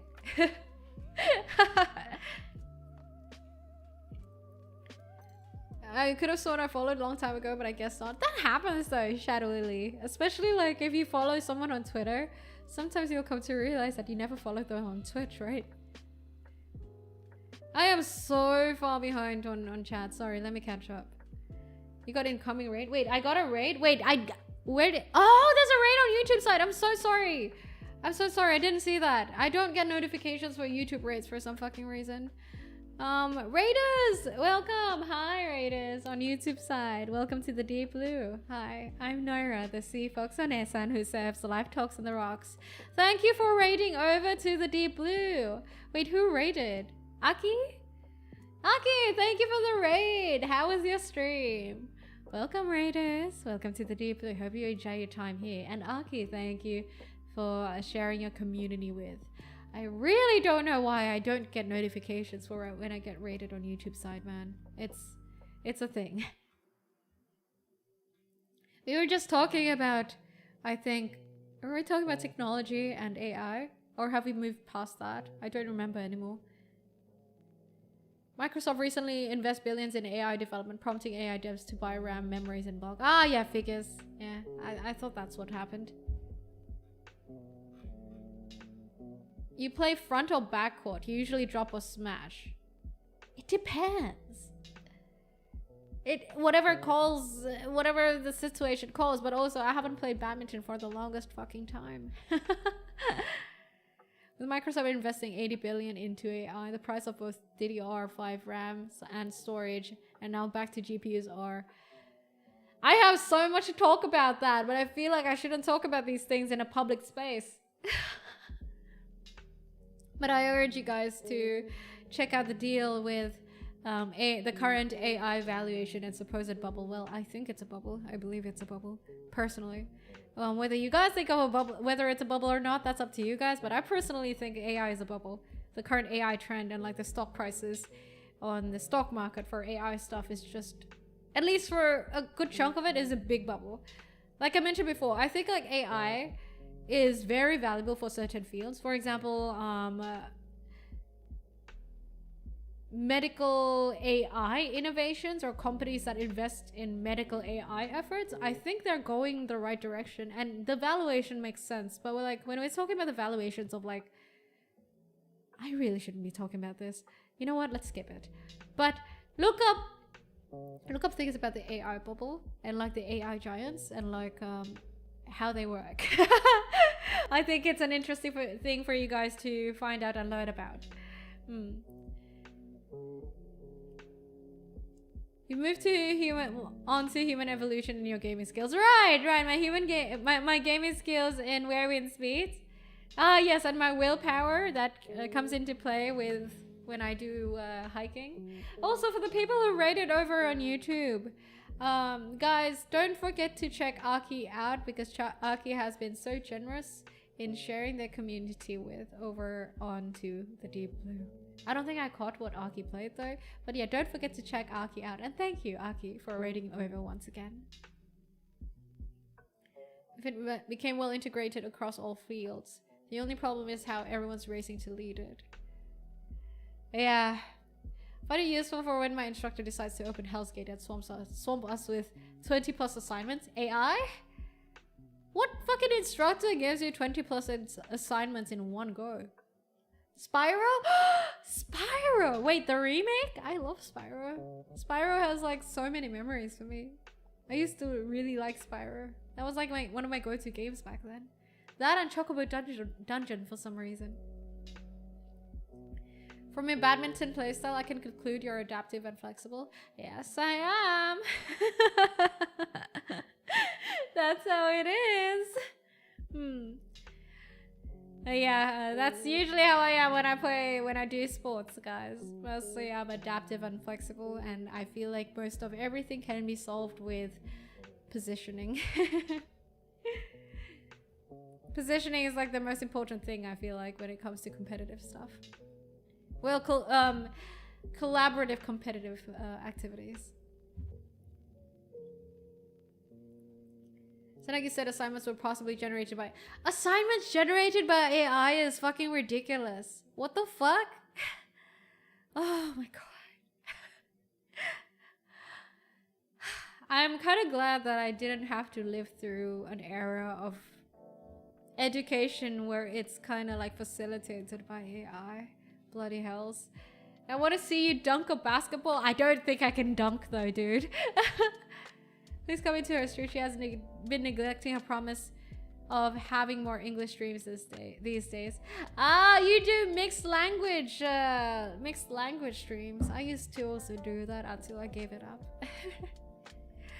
Having mixed language streams are just too tiring, man.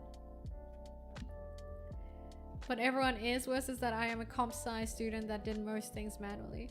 I mean, I kinda... Wait. God damn it, my model is fucking up again. Hold on. Hold on, let me fix that. Cento Mateo.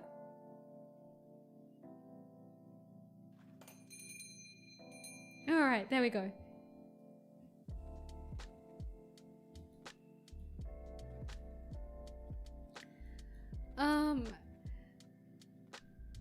I don't have much to comment about AI being used in education because I don't really know the full context of it. But I really hope that however it's used in education, it doesn't take away from the critical thinking aspect of things, because I think that's what matters the most when it comes to humans doing certain activities, right? It's the critical thinking that matters a lot, and the creativity. So I hope that AI doesn't take that away. Because human creativity, critical thinking, and innovation, all of that, and retrospection, that's what makes human stuff great, you know? And I hope AI doesn't take that away. Golden Spatula, thank you for the follow, and welcome to the Deep Blue. I'm pretty sure recently some AI said Declaration of Independence was 98% generated. Are you serious? That's crazy. But then again, these AI, I don't understand how these AI scanning stuff works. It doesn't make sense to me. I mean, yeah, it doesn't make sense. Your model is beautiful. Thank you, Golden Spatula. Thank you. That's very kind of you. Anyway, can we talk about something else that's not AI? We talk about AI too much, man, at the Deep Blue. Goddamn. Like at least every 2 weeks we return to AI talks. I don't know why. But like I guess it kind of makes sense because it's such a relevant topic, right? Like with every fucking new month, we always see some new fucking advancements with AI that we kind of consider whether it's going to have a negative impact on human civilization. So I guess it's very relevant. I know. But let's move on. Let's talk about something else, hey? Speaking of, apparently my old college forced freshmen to feed their art to AI. Oh, fuck that. Fuck that. Let's talk about something else. At the end of the day, I just use them as tools. Yeah. Have you read any good books lately? I have not been reading lately, dude. You know, a while back I made a YouTube video or a clip about me saying... Basically, I was summarizing a video I watched of Mark Manson, the guy who made wrote the book Art of Not Giving a Fuck. He was like saying certain things about why reading is harder for us nowadays, because reading feels relatively slow-paced compared to the other pace of information that we get around us. For example, we could technically find out easiest example. Let's say you read a book, right? And this book is, I don't know, like a fucking self-help book or something. Or okay. Something a little bit more concrete. Let's say you're reading a book and you're hoping to learn how to open up a cafe from that book, right? Put it into perspective. You have to read a whole book to learn that, versus say you can ask AI, or you can Google it, or you can download an app that summarizes that particular book that you're reading. So books are, in a sense, somewhat archaic in its pace of information, pace of deriving information from that medium is relatively much slower compared to other methods. That is why it is harder for us to read books nowadays. And on the other side, there's also, of course, our supposed quote-unquote attention span, right? Which is something that you have to train. Reaper, thank you for the follow. Welcome to the Deep Blue. The case of the whole attention span thing is also very real. And it's also kind of similar, you know? It's kind of like similar thing where you can get quicker flows of information and entertainment from other means compared to a book. Thus, you get trained on these sort of mediums where the information and the entertainment and the dopamine hits faster and more efficiently. And thus, your brain is getting used to it. Like we mentioned, the brain is a habitual creature, right? The more you get used to something, the more your brain will adapt to it and get comfortable with it. So your brain eventually gets very comfortable with shorter forms and more efficient forms of entertainment. And thus, to reel it back in to the point that you can be comfortable with reading books again, you need to slowly kind of build up that tolerance with accepting slower modes of entertainment. And you just gotta force yourself into it, and basically, once again, get good. Skill issue.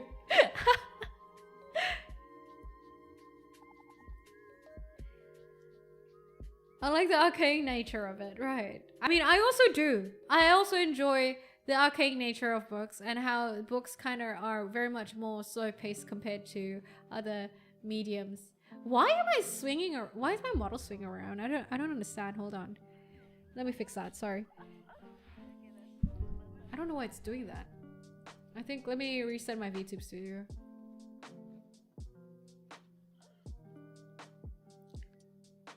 Give me a sec, guys.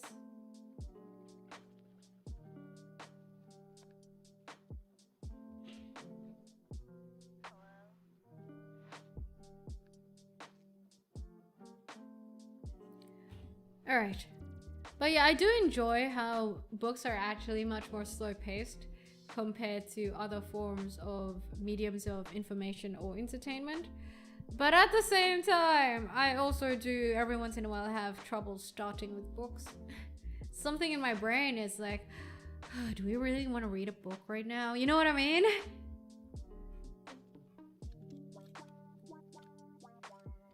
I'm currently reading Yuval Noah Harari's book. What's it called? Fuck, I can't even remember. You guys bought it for me on Throne. Genjutsu-sama bought it for me on Throne. I even forgot the name of the books. It's not Safe. Nexus, sorry. Yeah, Nexus. That's what I'm reading right now.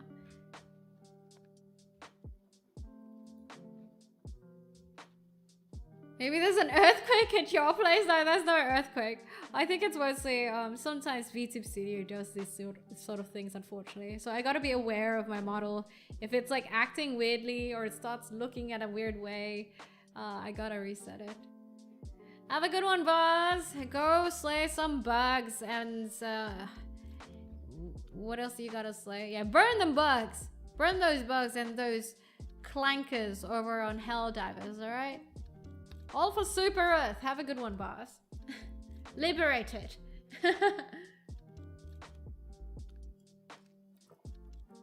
But yeah, I wish it was like kind of easier for me to get back into books. I used to like read so many books, man, over the year. Maybe I should like make it a goal to read like one book per month, maybe. That's not even like a grandiose goal. I don't know why it's so hard for me to do. Do you guys read books often? Like, what's your reading pace at? Like, how long does it take for you to finish a book? Like, I bought Dune, right? Like, the book Dune, because on my flight to Japan, I rewatched Dune 2. It's so good. Ever since I watched Dune 2, I've been, like, quite intrigued by it. So I've been meaning to read Dune, but, like, I haven't gotten around that either. I'm reading Man-Eater Man. It's about Alf Dean, the world's greatest shark fisherman. He still holds the world record for the largest great white shark caught on rod and line. Wait, is that a biopic? I think I've seen a picture of that guy holding up a great white shark that's like hella big. Have a good one, Pandala. Hope you enjoyed your time here at the Deep Blue. And hopefully you have a decent time at work, hey? Hopefully it's a little bit easy on you. I read an ungodly amount.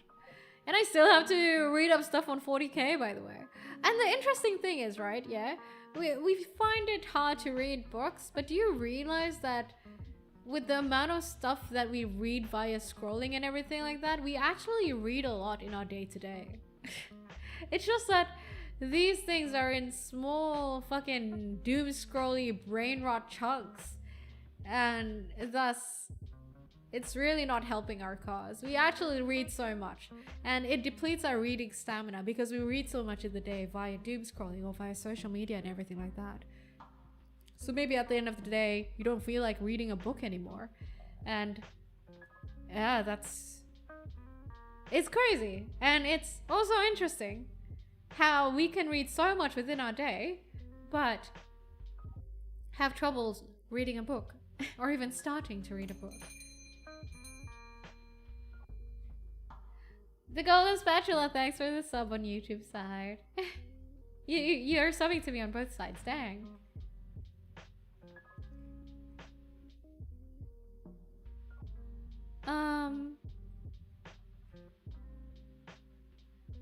I couldn't believe the newest Xbox had only 8 gigabytes. What RAM crash? Well, your chat is not appearing for some reason, Dalek, on my screen. The only books that I've read are Release That Witch, a Japanese web novel that I forgot the title of, World War Z. Oh my god! I read a lot of Tensura back then. In one sitting. I used to be able to... I mean, I still do. Every once in a while, I do end up like reading books in one sitting sometimes. The thing, or like I have long sessions of reading books in one go. But the thing is, like, it's just, it feels so difficult to just start, you know? Which sucks. Because I know, like, I will enjoy it once I start, but starting is the hardest part. And honestly, that's really just a skill issue. Something within me is like, I guess my brain has its reasons for being uncomfortable towards wanting to read a book, and I need to get over that shit. It's really just a skill issue on my side. And you know what? If I have a New Year's resolution, I think I want to make that my New Year's resolution. I want to read more. Love the chill vibes. Hopefully you've been enjoying it, Dahlia. I'm glad you like it.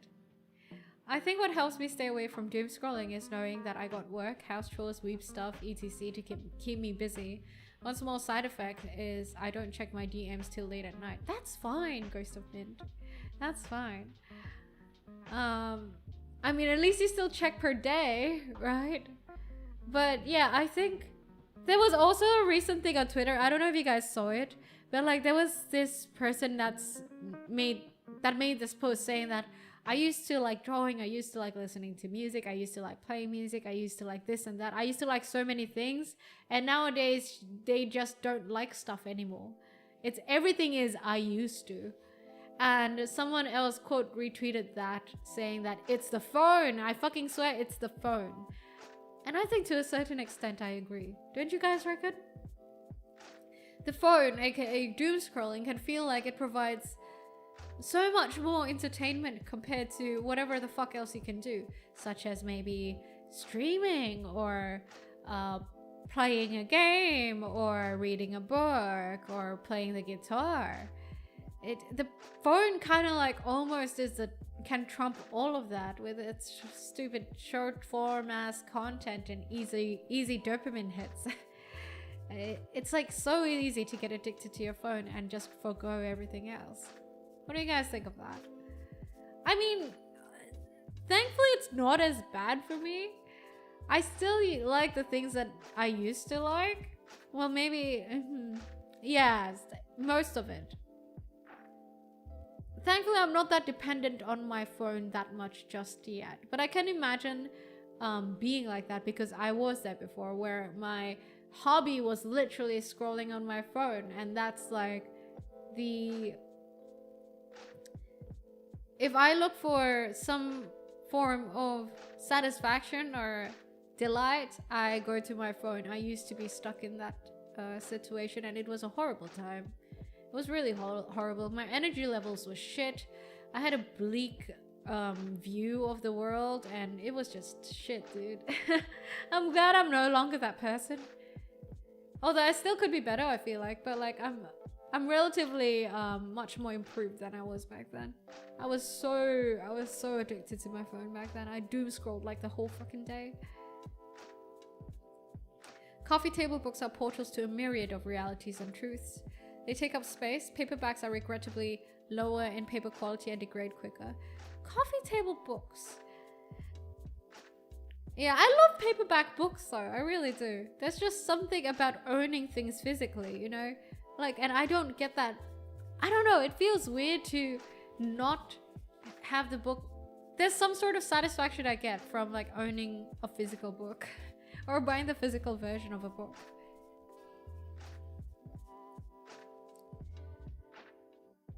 My phone has allowed me to listen to over 200Ks of music this year. It's more of a boon for me still. I mean, fair. But like, I think when they say phone, it's mostly talking about,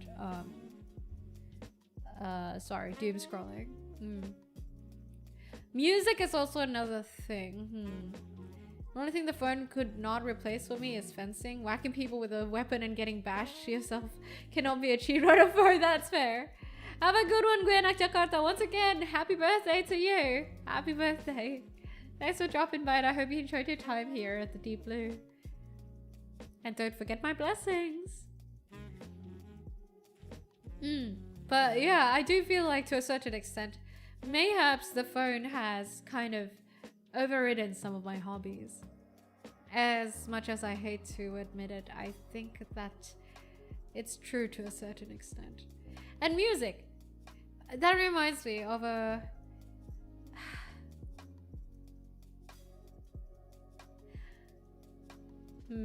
how would I frame this? So this is a thought, right? And I don't really have any solid opinions towards it, I guess. Well, maybe I do. But like, that reminds me, when we're talking about music, music is convenient nowadays, right? Music has been convenient for like a decent amount of time, you know, since the invention of the Walkman and everything like that. But now even more so with our phones and everything. And I've come to realize that there are some people out there that literally cannot function as well without music. And I'm not talking about people who are maybe on the spectrum and need music to calm down or something like that. No, I'm not. But like some people can easily spiral without music. I have a friend who was like that. And as someone who's not like that, I was confused. I'm one set of people. Yeah, and because I'm a person who's not like that, I have this point of view where it's like, as humans, shouldn't we at least be able to survive with our own thoughts without like, even if it's just music? Shouldn't it be like a survival thing to be able to live with yourself with your own thoughts without these added things? That is my point of view. But like, I don't judge people for it, and it's really just an observation. Honestly, I don't have any malice towards people who need these sort of things to kind of have their quality of life better or anything like that. But it was just a thought. Because what did people do back then? I mean, when they didn't have the conveniences of having music and everything like that, or like a phone to scroll through, how did they deal with living with themselves and their boredom? The observative, idealistic side of me thinks that it is peak human performance to be able to survive through your day without music. But also the other side of me is like, whatever, dude, it's so unnecessary to kind of die on a hill on these sort of things. So it's something that I don't really kind of care about, but it was like a passing thought. What do you guys think of that? I'll be the opposite. If I actually need to focus, I have to turn music off. That's me as well. Yeah. There are times where I prefer to have music, but like when I really need to think, sometimes it feels like the music can be too loud for my thoughts, and I need my thoughts to be loud enough when I think, so I turn music off. I need silence. I listen to music almost constantly outside of work. It is a boon to have the ability to do so. Yeah, and I know some people who are like that too. But like I said, there's nothing right or wrong about it. I think it's just in general, like in general though, I do think that as a society, we've become more reliant on distracting ourselves from boredom, which arguably can be a bad thing, because when you're not bored, you don't retrospect and think, you know what I mean? That's usually what you do when you're bored. You go through like an existentialism sort of shit, and it can be scary, but I do think it can be good. It can lead to growth, for example. It can lead to retrospection. It can lead to, oh my god, maybe what I'm doing right now is kind of shit and maybe I should do something else sort of thoughts. So rather than me like debating about, peak human performance is being able to operate without music, no. Rather, I think it's more like, do we maybe need as a species, as a civilization, as a society, do we maybe need to be more in tune with our boredom and learn to deal with it? I have a grandparent that are one of 16 children. I have a feeling people back then had a cure for boredom. Yeah. I mean, back then when I was bored and didn't really have much of options for like technology, I would like go out with my neighbors and like just do stupid shit, you know, and play outside the streets or something like that. Nowadays, I don't think that's as common, hey?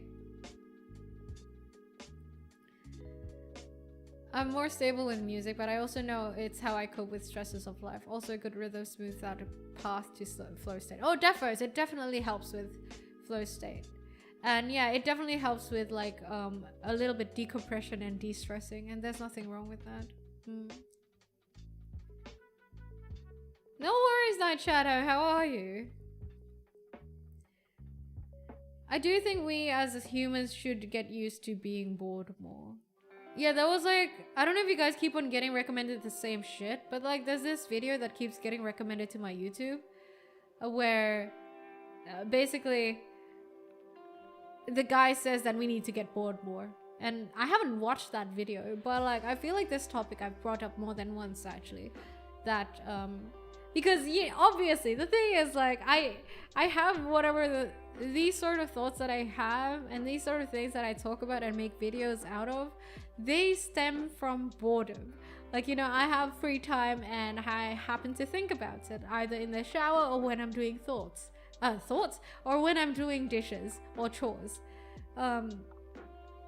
These sort of things that I talk about, these sort of thoughts I have, they come from technically a place of boredom. And at least I think they're good. I don't know if you guys think they're good, but I think they're good. Some people don't like the quiet because they don't like introspection. I have a friend that really struggles with the quiet because he doesn't like to think about stuff. Yeah. I also have a similar friend. Once asked him to take a personality test to see what type he was, and he was crying by the end. He has a lot of bottled up stuff. Yeah, and I mean, it's valid, but also I guess a certain part of me wishes that those kind of people will learn to live with themselves more. But also it's valid, and also it's not my decision to make or my right to judge, right? Because I think if I don't know.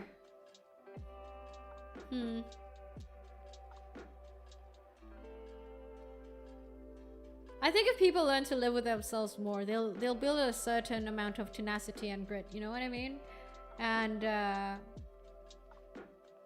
more willpower to a certain extent. And that can take you quite far ways in life in general. But like I said, I'm not judging because everyone comes from different walks of life. Maybe they do the things that they do because of specific reasons that we can't relate to. So it is what it is. But those are my thoughts. Beta, Dadling, how are you? Talking about boredom and introspection, yeah. I was just talking about how, like, maybe in our current society, we need to learn to live with our boredom more, you know? Stop finding reasons to distract you from boredom so much, like music or, like, doom scrolling. Learn to live with your boredom and use it as a chance to kind of go through some existentialism, retrospect, and maybe evaluate, analyze, be a little bit more critical about yourself, and grow as a person. Beer yappening, whiskey yappening, not beer yappening.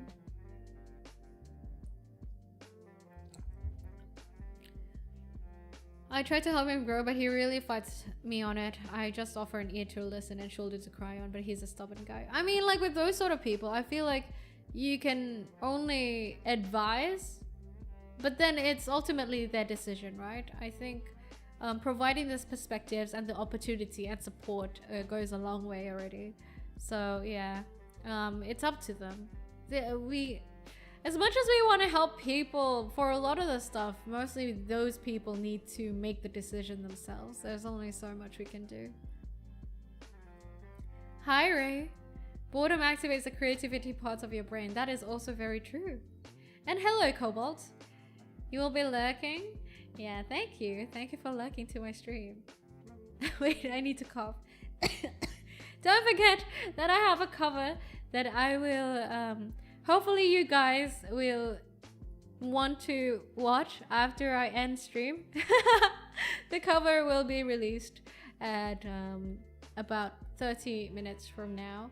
On YouTube side, I will raid you guys over to the cover. I will send you guys over there. For Twitch side, I hope that you guys will kind of, once I end stream, you guys will click the link that's on pinned and we can watch the premiere together. How's that? I'm very excited. It's rock song. It's a rock song, guys. It's a rock. It's a bad song. My most favorite genre to sing with. But yeah, good talks, guys. Good talks. Good life yaps. I always enjoy these Thursday yaps, honestly. They're always fun stuff. Always have good discussions, hey? I find it crazy that I constantly find reasons to kind of make shorts and content out of, because I feel like I often run out of things to talk about. But somehow, when I revisit my VODs and try to kind of clip my own content for the YouTube channel, I always end up finding something to clip. That's thanks to you guys, I reckon. Whatever I end up saying on stream and whatever we end up discussing on stream, it's mostly thanks to you guys. So thank you, dear Turnlings, for interacting with me and keeping me company, and even sometimes drinking with me to the point that I keep on having things to yap about. Just got notified for it. I'm excited to listen to your lovely singing voice. Oh, I hope my voice suffices. I hope it's not too bad. I hope it's decent. You know how I am with my singing voice. I probably won't be able to catch it until I get home from work tonight. No worries, no pressure, of course. I'd like to recommend a game. It just came out of early access 11th of December. Pioneers of Pagonia. I'm gonna be what sort of game is that, Peter? It sounds like why does it sound like it's Heroes of Might and Magic sort of vibe? Is it? I've been meaning to look. Jason bought me lots of games, right? There are some games I have not played much, and one of them is Assassin's Creed Shadows. I really want to play it on membership stream. Chill City Builder? Ah, I see. Jason recently bought me a city builder as well. Farthest Frontier. I'm very excited to play that too. And Town to City. I really want to play that as well. I have so many games I want to play, guys. Next week we'll be playing one of them probably. But I really want to play Assassin's Creed Shadows for membership stream. Have you guys played Assassin's Creed Shadows? My recommend is refund Assassin's Creed Shadows. I can't anymore, but also I would like to give it another chance. I mean, I would like to give it another chance. But yeah, I can't refund it anymore. I've gone past the playing time. Minecraft stream? I don't know when I'd be able to do a Minecraft stream. We'll see. I don't think it has an AC game when you play it. Last AC I played was Syndicate. I practically play AC in fucking Werewolf's Beach with the stealth type, with how I stealth my way through outposts and shit like that. King Nikiv, thank you for the follow. Welcome to the Deep Blue. Actually, do you have plans to continue Hollow Knight? I was actually thinking of ditching it because I played so much and I'm not even halfway. Are you kidding me? It's gonna... If I don't ditch it, unfortunately, I don't know how much longer I have to play that game. And then that means that I can't play a lot more games, you know, down the line. So that's one of the reasons I have not been playing it, is because I've thought of ditching it. I know, but like the thing is, like, why the fuck is the game so long? Give it the Valhalla treatment, a good Viking game, but not good Assassin's Creed game. If I turn on the one-hit assassination thing, would it be a better Assassin's Creed game? I'm skipping AC Shadows for Ghost of Yotei. Ah, I heard Ghost of Yotei is pretty good, right? I haven't played an AC game since the Egypt one, but I might consider returning if the Black Flag remake is good. Talking about Black Flag, Talking about Black Flag, that's also something I want to replay as well. We only played like 2 sessions of Assassin's Creed Black Flag. I really want to play it again, guys. Oh my god, there's so much I want to play. I really need to stop buying games. That's why I haven't really had anything on my throne, because I figured I should at least need to get through my backlog first before like trying to get newer games. I don't want you guys to kind of help me fund a game and then only end up seeing me barely playing it. You know what I mean? Ghost of Tsushima and Yoti are great. Yoti is available. Is it available on Steam? It is. It is, right? I mean, Ghost of Tsushima wasn't available on Steam immediately until like after a few years did they only make it available on Steam. The game of AC Shadows is not bad, but the story and characters are horribly bad and cringe. I almost died of cringe. We'll see. I mean, maybe I could skip stuff. I don't know. We will give it another try, okay? Black Flag is the best AC game. I really enjoyed playing. My first Assassin's Creed game was, I played it on stream by the way, was the France one. What was it? Viva la Revolution. What is it called? Assassin's Creed. Is it Unity? Brotherhood? I don't remember which one that was. That one was really good. I had mad fun. I laughed like a fucking maniac every time I did like stylish kills. I love it. Just like how I do in Where Winds Meet. That's just, I really like assassinating NPCs, man. There's just some big fun in it. I really like going on murderous sprees when they're quote unquote righteous in games. Brotherhood is 6 with Jacob and Eve. Yeah, that was my my first Assassin's Creed game, and you can watch the VOD of it. Super fun, super fun. There was like a little bit of jankiness in it, but it's super fun. Like I could literally like sink in hours and hours in the game, even when I'm off stream. Super fun stuff. But yeah, I'll give Assassin's Creed Shadows another try because I don't want to disrespect the support that you guys have given me with helping me fund having Assassin's Creed Shadows on my throne. I gotta appreciate I gotta appreciate you guys buying the game for me, right? So I definitely need to play it again. Shouldn't just play it once and kind of just ditch it. That's gonna put you all's money to waste, man. Remember when they gave out Unity for free when the Notre Dame burnt down? Wait, really? Really? Syndicate is the twin. I don't know which one that is. But yeah, Black Flag again. Super fun stuff. I remember I was having so much fun with Assassin's Creed Black Flag, and I was very stubborn with wanting to just do a bare fists fight of styling and not picking up a weapon at all. That shit was so fun, dude. But after a while, it got like unrealistic. At one point, you literally can't fight the guys anymore if you don't have a weapon, which I'm sad of. I would like to fucking just bare fist fight everyone all my way through the game, but the game doesn't let me. Hira Samurai. To preserve the digital version of the Notre Dame, it was claimable for free for like 3 days after it burned down.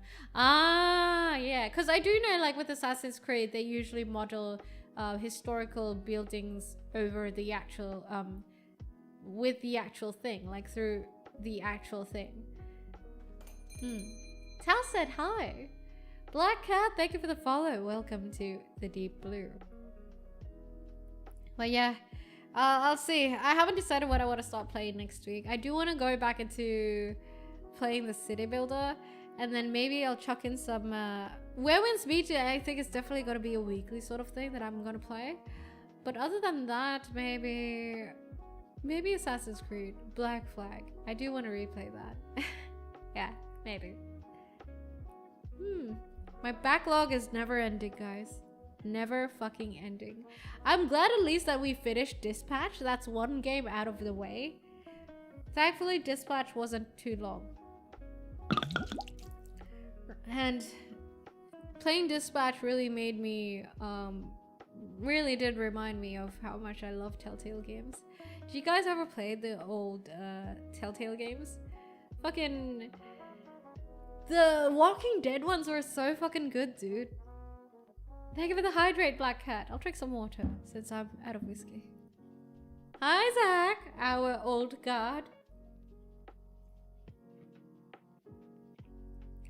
I only played Brotherhood and Revelations, but they were good. I always like the memory corridor sequences. I really just like the assassination parts of Assassin's Creed. I'm a simple woman. I'm a simple sea fox. I see assassination, I like. Maybe next Street Kick stream can be in the bar in the MC server in F5 mode. Sven was making wine, if I remember correctly. We'll see, we'll see.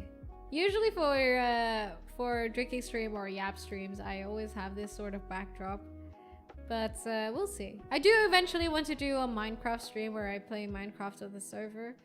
Though I don't think I will turn on voice activity just so because I prefer it that way. But yeah, we'll see. For you guys who don't know, we have a Minecraft server. Do you guys play Minecraft? Come over to our server. If you're subscribed on Twitch or if you're a member on YouTube side, you should be able to get access to the Deep Blue Minecraft server. And our Tidalies have built like a bunch of stuff over at the Deep Blue Minecraft server. Personally, I have not been able to revisit the server because I've been busy elsewhere, outside of the Deep Blue in general. You know, after a long trip, it tends to happen, and end of year is coming, right? But yeah, if you guys are a fan of Minecraft or like hanging around in Minecraft, come over to the Deep Blue server. Not the old Telltale games, especially Walking Dead, Borderlands, and Wolf Among Us.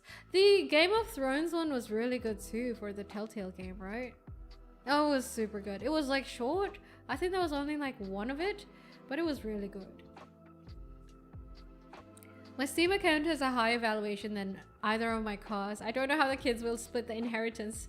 Multiple login credentials? That's crazy. I mean, you can put on family sharing, right? You can put on family sharing. Can you imagine? Our lives actually nowadays is like so dystopian, hey? Like most of the stuff that we own is digital. So we need to think about how we can digitally inherit our stuff to people we want to inherit to. And also, did you guys know that recently there has been discussion of passing a legislation where it's like, oh, you should have the rights to delete everything about yourself on the internet so that your existence isn't eternally available on the internet. Don't we live in such a dystopian world? Such a dystopian era. And you'd think that, oh no, I mean, it doesn't feel dystopian because it happens slowly, right? With the rise of AI, rise of technology and social media and everything like that. But if you tell people, say 20 years ago, that you don't have to own games physically anymore, I think they would be like, what the fuck? It will blow their minds. And they would be like, no, that's shit. Why the fuck would you do that? I put the winery stuff on hold. I will take it up again at some point. Yeah, chill. No need to hurry on that stuff. When do people play on Minecraft server? I don't know. Ask in the Discord, Peter. Ask in the Discord. There's a dedicated chat for the Minecraft server. You can ask them. I could never play Telltale games. They always end up dual affairs, and I'd rather not. It's not technology level which makes it dystopian. It's the totalitarian corruption and destruction of human life and living that makes it apocalyptic. Now that sounds like doomsaying as fuck, man. That's doomsayer as hell. Is there a more minimalist way of packing that up? But yeah, I know. Look, we have a lot of reasons to shit on the world and shit on the things that happen around us and shit on the people above us and under us, maybe. I don't know. We have a lot of reasons to feel shitty about a lot of things in our life and the people around us and the structures and infrastructures that we are in. Which is why it should give us more of a reason to celebrate little things and find enjoyment in the little things in life, or slow down and appreciate smaller things or slower things, you know? It should give us more of a reason to find reasons to look elsewhere and find positivity in it, right? That's what I want to make a video of over the weekend. You're licensed to it, there's nothing to pass on. Also, if you tell people that we don't actually own games anymore, the developers can just remove the game whenever they want and when it's gone. Yeah, but I mean, the convenience is kind of nice, to be fair, when it comes to digital games and digital ownership of things such as games, ebooks, music, well, with music, you don't really own it now, do you? It's more so like streaming it, but at the cost of owning physical things, which is why it's becoming a trend to own physical stuff again, such as vinyl records with vinyl players and stuff like that, or collecting like retro stuff. It's okay to vent and shit on stuff, but don't forget to appreciate stuff just as much. Yeah, that's what I'm talking about. Gotta find those things to smile about. Here, look at your screen. There is a great reason to smile right now. Oh, stop it, Kurt. Stop it. Damn. Shush you. Yeah, I think I've... you know, whenever I get in a bleak mood because like I look at the news and I'm like, what the fuck, dude? You know, or I watch stuff on YouTube and to catch up with current affairs and I'm like, the fuck, why is this happening? I try to remind myself of that, you know, it's exactly because there's so much shit going on around us that we should find more reasons to derive fulfillment and small moments of joy from like what we can. I know I sound like cheesy and cringy as hell, but it is the truth. I'd like to believe so. You don't own anything digital unless you download it. Yeah. One thing we can appreciate is how cute my 3 cats are. Yes, definitely. Cats are always cute. Always. I was so happy over the weekends. I got to like play with 5 cats in total over one day. I am #blessed to be graced by the presence of 5 cats. Imagine that. I always get so tsundere when I comment you. I mean, stop calling me out. I'm definitely backing up a huge amount of movies and music in open file formats on DVDs and on my home server. Are you building a Plex server? That is also a recent trend to kind of go a little bit more minimalist on stuff. I noticed where it's like if rather than Netflix or like having HBO or streaming services, you should go with Plex. Instead of YouTube, you should go on Odyssey.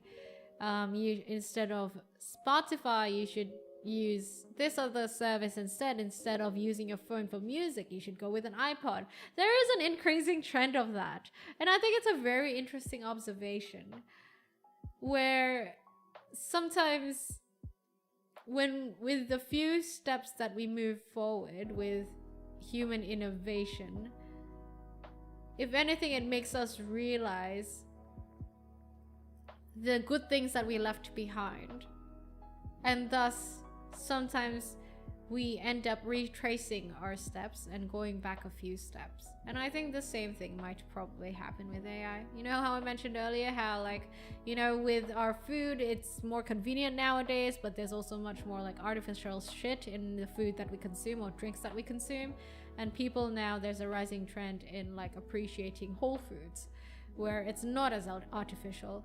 I think AI will bring about that era too. Oh, and we're back again to the topic of AI. God damn it. Baiting Master, 5 stream streak, and Zach with the 7 stream streak. It makes me so proud when I see titlings with such stream streaks. Thanks, guys. I like to believe the ephemeral nature of our entertainment makes our time with it more valuable, but that could be just me coping really damn hard. Makes our time with it more valuable. Yeah, I don't know if I have anything to say about that. I share Plex with a friend. We'll do my own server when I get fiber. I was thinking of building a Plex server as well, not gonna lie, but like for now, the thing is, like, when it comes to like most media and entertainment, I consume it once and then I don't really go back looking for it, you know? So the current streaming services serve a pretty good purpose for me. Like, I watch it once and that's enough. I'm not really the type to watch movies over and over again, except certain movies, which are still available on streaming services. So I haven't really found a good reason to start building my own server. Yeah, I support many alt tech platforms by donating and subs. Noira is my favorite alt tech platform for yaps, hence my subs. alt tech platform. Me as an alt tech platform. That is actually so fucking crazy. Yeah, guys. Did you guys know that I'm actually a tech bro VTuber? That's why we talk about like tech startups and the state of the market and AI so much here.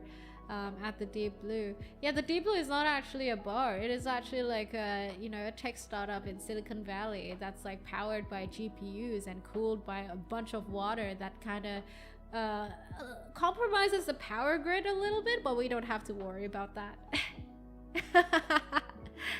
Yeah, that's actually what the Deep Blue is. And maybe secretly I'm like crypto mining in the basement, you know?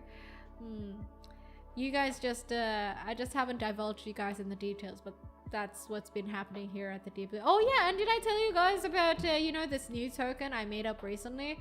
Yeah, don't forget to buy these tokens, yeah? If you guys just got here, please, I'm kidding. I'm actually not all that. I like keeping my VTubing and content creation activities close to humanity, okay? Not that teched up. Anyway, I'm gonna send you guys over to the new song. I'm gonna call it, yeah? I think we're gonna end a little bit, like 3 minutes early, so I can send you guys over to my new cover, if you guys don't mind. Anyway, for you guys who are new here, let me reintroduce myself. I am none of that tech bro shit that I mentioned before. My name is Noira. I am the Sea Fox oneesan who serves live talks in the rocks. And if you're here, I hope that you've enjoyed your time here, and or at least like enjoyed the yaps or the vibes or the music. If you guys like the stream, I'd appreciate it if you drop a follow if you're on Twitch, or subscribe if you're on YouTube. And I stream 3 times a week. That's every Tuesday, Wednesday, and Thursday. That's every... Oh my god, what am I saying? That's at 7 or 9 a.m. if you're in the US, 10 p.m. GMT plus 8 if you're in Southeast Asia, or that's at about 3 or 4 p.m. if you're in the EU. And if you haven't already, do join the Discord, please, at discord.gg/Noira, so you can hang with the other titlings and also get notified for my content as you please and as you choose. You can get notified for my uploads or my streams. And I also update my milestones there, so you can be part of the journey of the Deep Blue as the Deep Blue grows and gets more titlings. And that's it. I'm not gonna raid anyone because I hope you guys come over to my premiere for the newest cover, which is on pinned on Twitch side, and on YouTube you guys will get sent immediately. All right. Thank you, everyone. I'll see you on the flip side next week. Look forward to my uploads this week, and sayonara. Thank you. And thank you for everyone who were so generous for the shrine. Thank you for your offerings towards the shrine. Don't forget to press the pinned link on Twitch, okay? See you there. See you on the video. My newest cover. Bye.